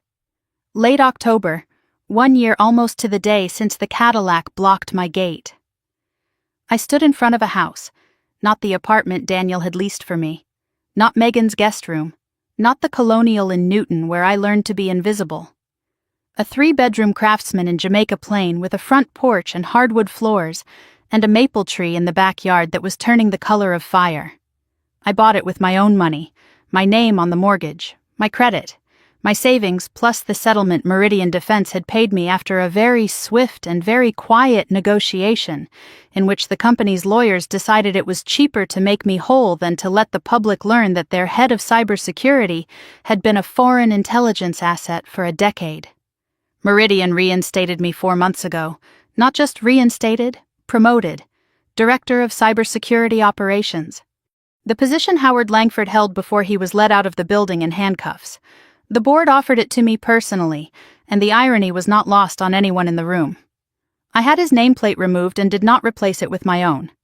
The door just said, Director, Cybersecurity. No name. I didn't need one. The people who mattered knew who was inside. Moving day was a Saturday. Megan came with boxes and a Bluetooth speaker playing music too loud for the quiet neighborhood. Frank DeLuca showed up uninvited with a toolbox and spent 3 hours installing new locks on every door and window. Old habit, he said when I thanked him, but I saw the way he tested each lock twice before moving to the next one, and I understood that protection was the language he spoke when he didn't have words. Natalie sent flowers from DC White Peonies with a card that read, First house you chose yourself. Make it loud. By evening, the boxes were mostly unpacked. Megan ordered Thai food, and we ate on the living room floor because the dining table wouldn't arrive until Thursday. She looked around the room, empty walls, stacked boxes, paint smell still sharp in the air, and said, It doesn't look like much yet. I smiled. It looks like mine. That's enough. After Megan left, I walked through the house alone. Each room was empty in the way new things are empty, not lacking, but waiting. I opened the back door and stepped onto the small porch. The maple tree stood at the center of the yard, its leaves burning red and gold against the dark October sky. The same October air that had carried the sound of a Cadillac engine idling in my driveway 1 year ago now carried the smell of wet leaves in someone's fireplace and the distant sound of a dog barking down the block. I sat on the porch steps with a mug of coffee and no phone and no laptop and no evidence folders and no fear. Just me and the sound of the city settling into night. A year ago, a black Cadillac blocked my gate and my sister stepped out wearing my wedding dress. She stood on my doorstep with the man I thought loved me and told me I'd always lived for her. She was right, I had. For 32 years I bent myself into whatever shape my family needed. I gave up scholarships so Vanessa could have hers. I signed loans so she could chase dreams she abandoned before the ink dried. I sat at the kids' table until I was 26 because someone had to make room and it was always me. I told myself it was love. I told myself that's what family means. It wasn't love. It was a habit. And habits are just choices you stopped questioning. Daniel saw that habit and used it. Vanessa saw it and sold it. My parents saw it and looked the other way because looking cost more than not looking, and I had always been the one who absorbed the cost. And for a while, a long and dark while, I believed them. I believed I wasn't enough. That I needed someone else to choose me before I could matter. That my value was determined by how much of myself I was willing to give away. I was wrong. I didn't need Daniel's ring. I didn't need my parents' approval. I didn't need Vanessa to see me as an equal. I needed to stop waiting for permission to exist. The woman who stood in that driveway a year ago, the one who watched the Cadillac drive away and set a diamond ring on the concrete steps, she was already stronger than all of them combined. She just didn't know it yet. I know it now. If you're listening to this and you see yourself in my story, if you've spent years shrinking so someone else could expand, if you've sacrificed until you forgot what it felt like to choose yourself, if you've loved people who treated your loyalty like a resource to be mined, and your silence like consent, I need you to hear something. You are not too late. You are not too old. You are not too broken. You are not too far gone. You just haven't started yet. And starting doesn't require anyone's permission. It never did. My name is Kayla Bennett. I'm 33 years old. I live in a house I bought with my own money, in a city that tried to bury me, surrounded by people who chose me without conditions. And for the first time in my life, the woman in the mirror is someone I recognize. That's my story, every word of it. And if it made you feel something, if it reminded you of your own sister, your own family, your own Cadillac moment, the thing that broke you open and forced you to rebuild, I want to hear about it. Drop a comment. Tell me where you are in your story. Tell me if you've started yet, or if today might be the day you do. Because I spent 32 years thinking I was the only woman living like this, giving everything to people who never gave anything back, and it turns out I wasn't even close to alone. If this is your first time here, hit that subscribe button. I tell stories like this every week, real stories from real lives about the moments that crack us open and the choices that put us back together. And if you know someone who needs to hear this, a friend, a daughter, a mother, a woman who's still bending herself into someone else's shape and calling it love, send it to her. Sometimes the thing that saves us isn't advice or therapy or a plan.